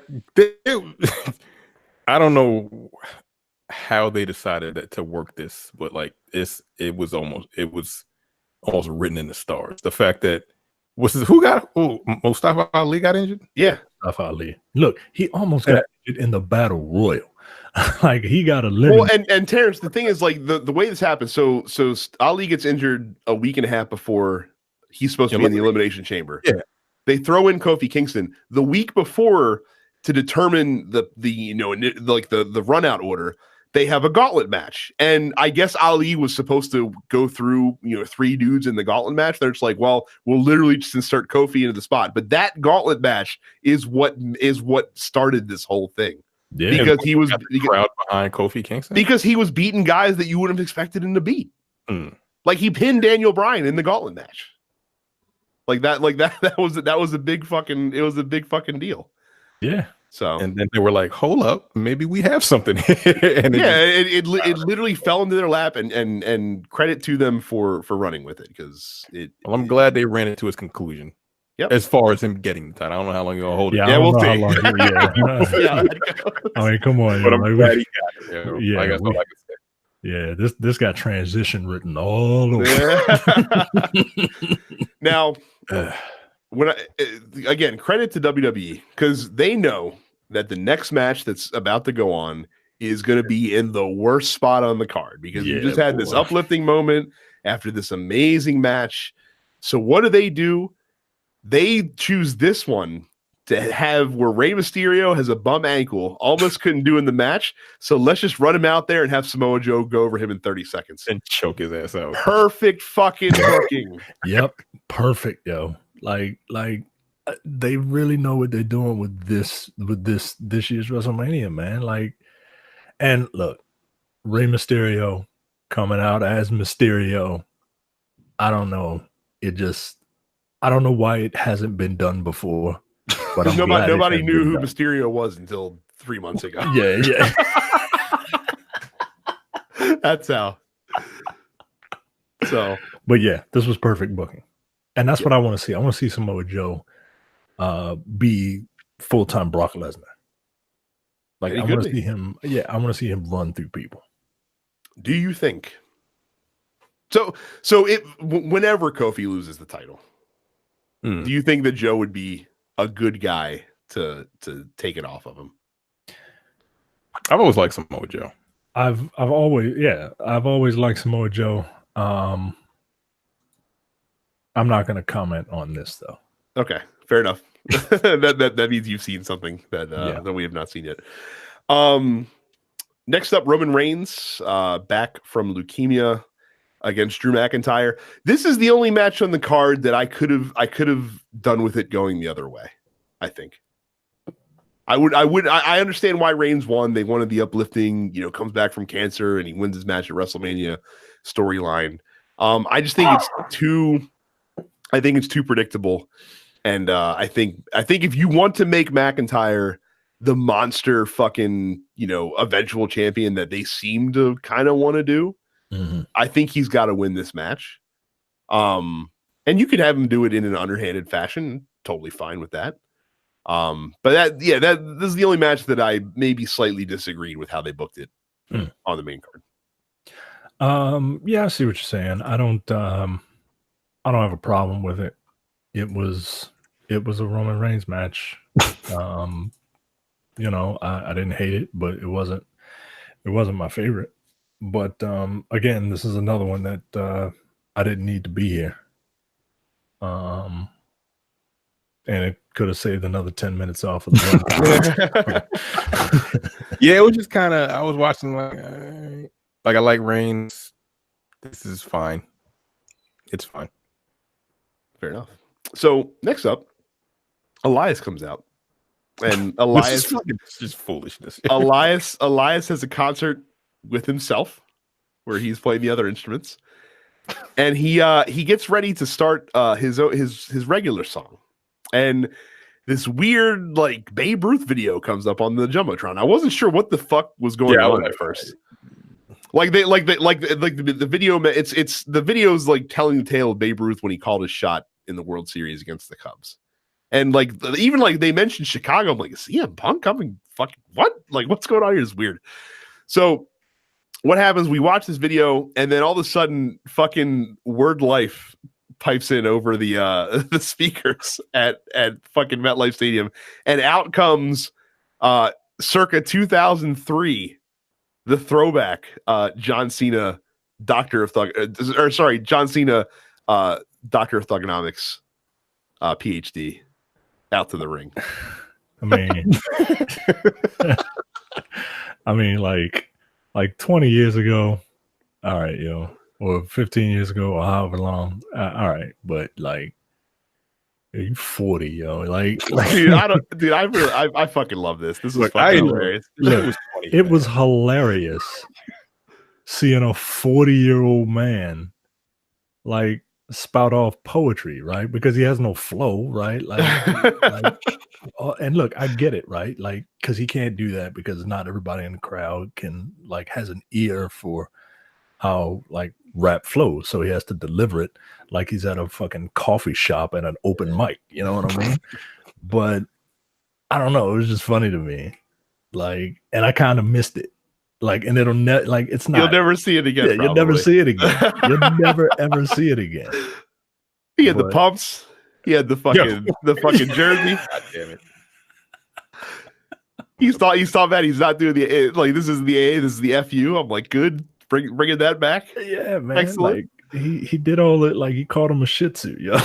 said he had the fucking chain.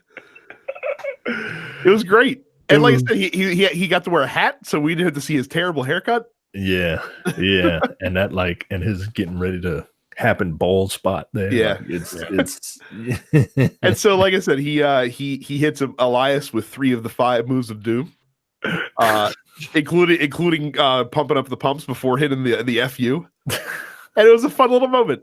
I really enjoyed it. I really had a good fucking time. Oh man. So I was told, like I said, if you're gonna do anything with John Cena, like at least do something unexpected, and that was certainly unexpected. That was unexpected, boy. That crowd just fucking blew up. So shit was funny. So next up, the longest match on the card, to no one's surprise, Triple H versus Batista, with Triple H's career on the line. We all knew how this match was going to end. I was surprised to see how far they leaned into the no holds barred stipulation. Like, I expected the sledgehammer, obviously. I wasn't expecting Triple H to get a pair of needle nose pliers and rip out Dave Batista's nose ring in the middle of the ring, which is fucking hilarious. We'd also be remiss if we didn't mention Batista tripping when he first came into the ring during his entrance. Yeah, that was funny, and they tried to cover that up. Oh, Batista's fired up. to be fair, he played it off really well, because when he came back in the ring a second time, like, he did it super slow, and then it was like, yeah, like, what's he got in there? I'm very, very happy to see that Batista has covered up that belly button starburst tattoo, because that shit was ridiculous. I'm just happy that he finally got what he wanted. Like, he finally got the match that he wanted to go out on his own terms. He did post on Instagram this morning that he is officially, like, that was it for him. This is his retirement match, and he, thanks everybody for letting him come back one last time. It was a fine match. It was exactly the match that you expected to be. This is what a Triple H Batista match looks like when both guys are 50. Combined age 90. Yeah. And it was fine. It was fine. Sad to see that the announce tables couldn't do the job for them tonight. But several people went through those announce tables before one finally broke. Like, I'm talking about like other matches. Because didn't Brock Lesnar throw what's his name through the table? Like, he threw him over a table. Oh, okay. Yeah, I don't remember him throwing him through the table, but he threw him over the table. The table's pretty goddamn sturdy. So it was fine. Like I said, a good match. And Triple H lives to wrestle on for 3 more WrestleManias probably. So for 8 more Super Showdowns. oh, that's right. Yes, however many Saudi events it takes. That's how many he's gonna do. God damn it! Can't wait for Triple H versus Shawn Michaels. Last time, we really mean it this time. Triple H versus The Undertaker. Well, they're paying us a lot of money, so right. Again, in an I need to fund my kids' college fund match. So next up is Kurt Angle's retirement match versus Baron Corbin. Everyone fucking hated the idea of this match happening, and I don't accept it. Baron Corbin is a great shit heel, guys. Like, he's a shitty heel, and that's the guy that you fucking want in this match. Yeah, and then I saw people were mad that like Kurt Angle did the job for him. Like, that's what what happens in a farewell match, guys. Like, that's what happens. Like, I don't understand the hate. Baron Corbin has grown on me. He is, while we have this weird face Miz, he's my new Miz. the guy you enjoy hating. Yeah. Yeah. So look, this match, and look, these two had a better match than I thought they would have, because that is also true. Yes. On the road to the final match, man.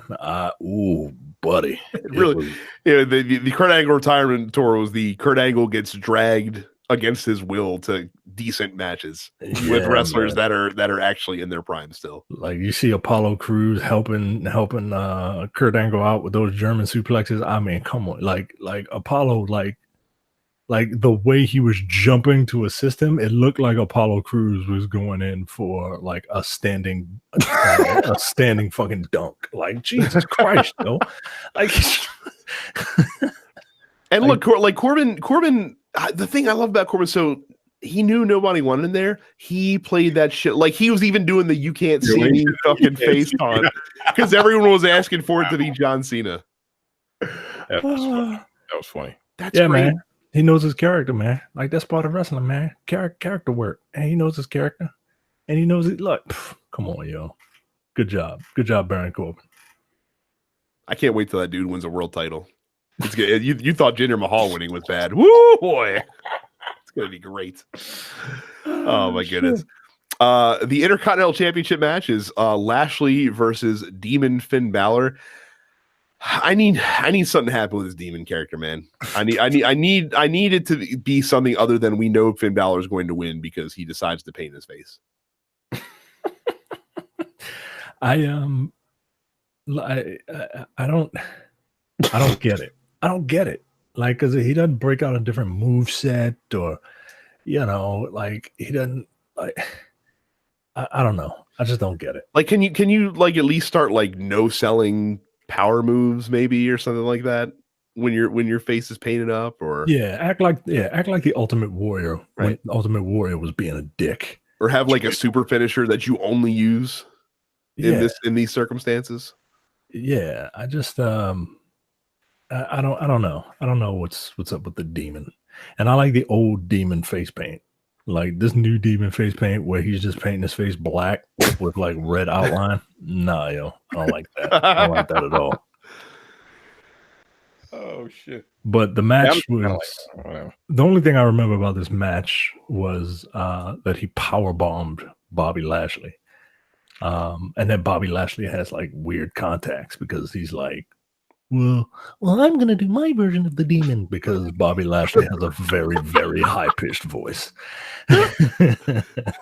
Well, credit Bobby Lashley with at least, like, he's in a better spot than he was earlier this year with his fucking, like, sister, not sister, like, defending her honor against Sami Zayn. Oh, they had a weird fucking angle with Bobby Lashley before they turned him heel, finally, which is what he should be. And Leo Rush, like him pairing with Leo Rush is excellent, because Leo Rush gets on my goddamn nerves. But yeah, like, you're right, he is in a better place right now, but I'm curious to see what happens. I don't know, we'll see. I need a long run with the IC belt for Balor here. That belt needs to fucking mean something again. I feel like it hasn't for a while. So No, it really hasn't. So we get to the main event for the first time ever. The ladies are main eventing WrestleMania as Ronda Rousey, Charlotte Flair, and Becky Lynch in a triple threat match with both the Raw and SmackDown women's titles on the line. Very cool homage to Ric Flair with Charlotte Flair's entrance to the arena. They basically redid the I think it was either a Starrcade or a Great American Bash where Ric Flair literally came to it was at a baseball stadium, and he literally came down in a helicopter and they rolled out the red carpet for him. They did the same thing here. And that was pretty cool. And Ronda Rousey got Joan Jett to play her in, and Becky Lynch got nothing, which is very apropos with the story that they were telling. So, can I bitch about Ronda Rousey just a little bit? Like, from the I don't like the way she walks into the ring. That shit bothers me to no end. Yo, get out of my head, Terrence. Get out of my head. First off, she comes out smiling because Joan Jett is playing all right. Okay, I get it. You're excited to see Joan Jett. Maybe be excited backstage because you're trying to play a character, right? So she comes out smiling, right? And then it's like, gotta be a character again. As soon as she crosses the Rubicon of the fucking stage, right? Happy. And then and then the way she walks to the ring, is like what a little kid thinks that a tough guy walks to the ring. You know what I mean? It's I described it as the anti-McMahon walk. Like Vince is wide open, he's swaggering down in the ring. like she could not be more like closed in and just fucking like I'm stomping on the ground as I'm walking. I'm angry. All right. You are a terrible actress. Worst actress, yo. You're the worst actress. And coupled with the fact that I think that it's magnified because I think that Charlotte is one of the 3 top professional wrestlers in the industry, right? In terms of all around, like she's got great character work. She's got great mic skills. She can work. She looks the part, and she can pull a match out of anybody, right? Like I'm very impressed with her as a professional wrestler. So seeing Charlotte like just fucking own everything about, like, own the ground that she walks on. Like, she's really taken this whole, like, I'm the queen thing. Like, she's the Beyonce of fucking female wrestlers and shit, right? To see that, and then to see,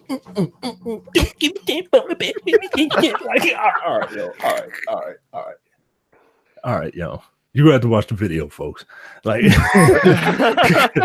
to see what I'm talking about, yo. Because it's annoying. It just bothers me. Really, and I don't like her in the ring either. I don't like her as a person, yo. I just don't. I never have. The match was good. The crowd was tired, but I don't feel like they weren't not into it. I just feel like they were focused on the match. Like, I feel like that they were like on the edge of their seat a little bit, and they were reacting when they needed to react, but it wasn't like Kofi and Daniel Bryan had like a buzz that was going on during the entire match. And this didn't have that, but they were still there where they need to be there. Now, there's a table introduced in this match, and I didn't really care for that. I don't think this match needed a table spot. Well, much like Ronda Rousey, apparently you think tables are for bitches. That was the thing that was annoying me as well. Like she threw the word bitch around like 4 times in that match. Yeah, like we get it, yo. For no reason. We get it. Like, just calm the fuck down. I did like it when Charlotte. See, again. Oh, by the way, real quick, police sirens aren't our end for those of you listening in cars right now. So FYI. Sorry about that. I where I live is kind of not great anymore. Anymore. Yeah, it's gone down. You know how I know my place has gone down? I went to take some trash out to the dumpster, and there was a shopping cart there. That's how you know you're living in a neighborhood that's not great. There was a shopping cart there. Anyway, I lost my train of thought. Go ahead, bro. Oh my god. So you need a table. Now, here's my qualm this match. Much like NXT, I'm not happy with how they booked the finish. Now, here's the problem. I don't know if this was the way they booked the finish on purpose, or if this is just what happened. So I've seen two things, right? One thing is that I've read two reports or whatever, all rumors. One that the finish was a botch, and the actual finish was supposed to be Becky tapping out Charlotte.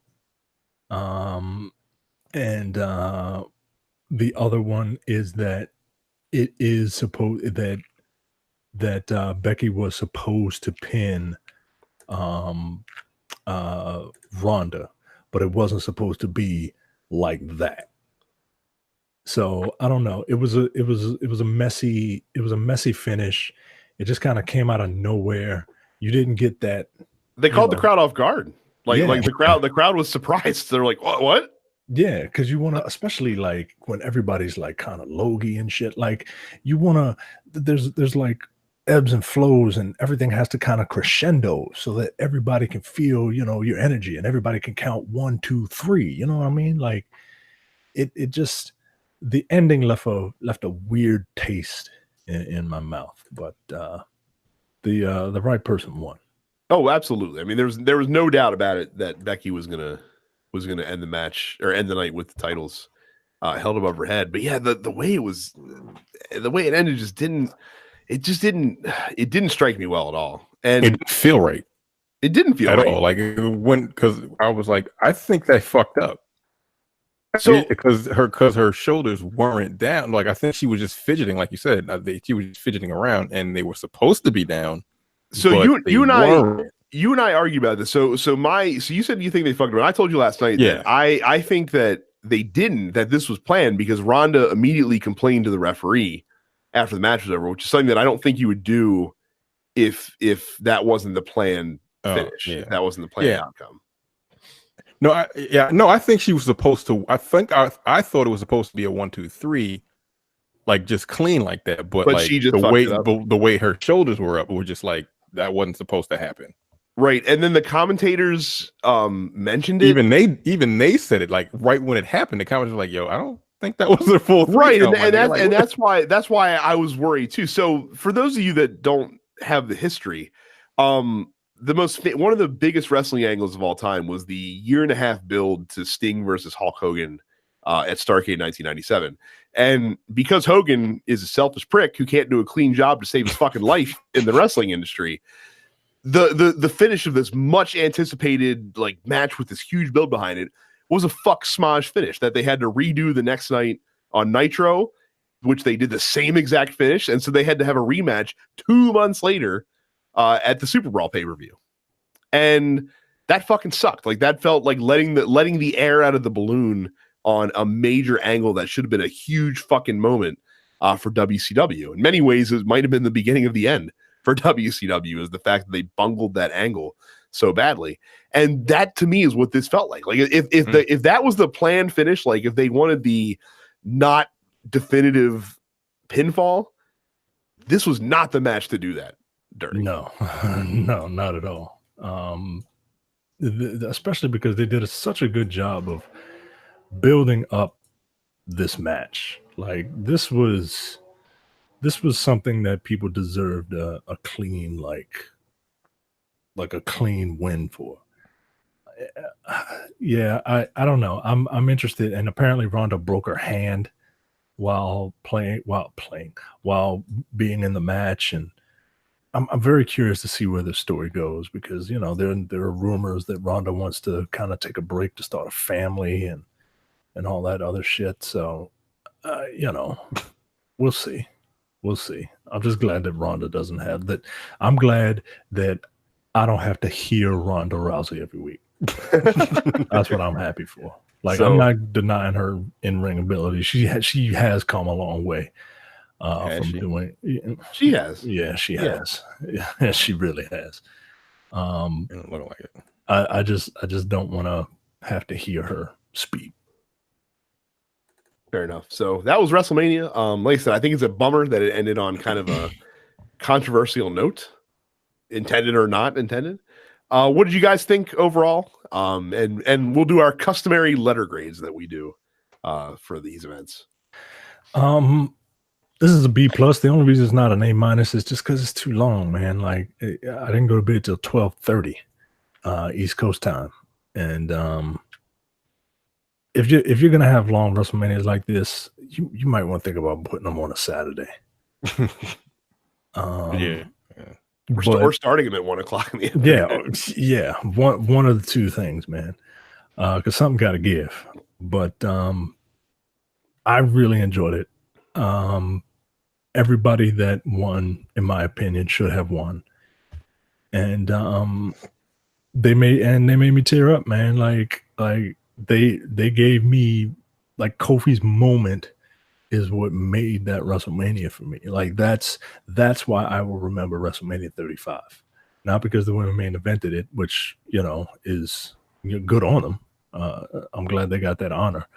But that Kofi story, knowing that it came from, dumb luck and to progress into something like that, like that's what WWE should be doing, man. Like that's how you build stories and how you see that story play out in a match. And it was just perfectly paced, and I loved it. So B minus for me. B plus. Oh yeah, B plus. Sorry, I'm fucking tired, yo, and I think I hear my son crying. Yeah, so. Yeah, we can hear. Yeah, I give it a B. It was fun. I enjoyed it. Some matches, I'm like, okay, you could have cut that out because I didn't get home till damn near 1 o'clock in the morning. So yeah, it was fun. I enjoyed it, and fucking Kofi won. Yeah, like that was my biggest moment. So I'm going to give a conditional grade, A minus, if this Becky situation was just a fucking accident and they just don't even reference it and ignore it. B minus if they use this to start a controversial angle, which I don't want at all. Yeah. It was a great show. It was an excellent WrestleMania. Easily in the top third of all WrestleManias without even thinking about it. Probably not. It might be. It could be a top 5 WrestleMania. Like I said, it's hard to evaluate that now. That perspective will come in time. Like you guys said, the Kofi moment's the one is the money shot for this WrestleMania. It's the one that I think most folks are gonna remember. It was the best match on the card, the most feel good moment on the card, and it was awesome. And like I said, it was a shock, and it was just a great moment on what was otherwise a fantastic card, up and down, and great. And like Mike said, too long. Fucking cut that shit in 4 hours, please, for all of our sakes. Jesus. Yeah. So, well, that's it. Like I said, we've been here for 2+ hours, so we're not going to belabor it. If you guys stuck around to the end, thanks very much for hanging out, and we'll see you guys next time. See you. Take it easy. You're watching the Dense Pixels YouTube channel. Click the subscribe button while you're here, and make sure you check out our weekly podcast where we discuss the latest gaming news and our impressions on what games we've been playing.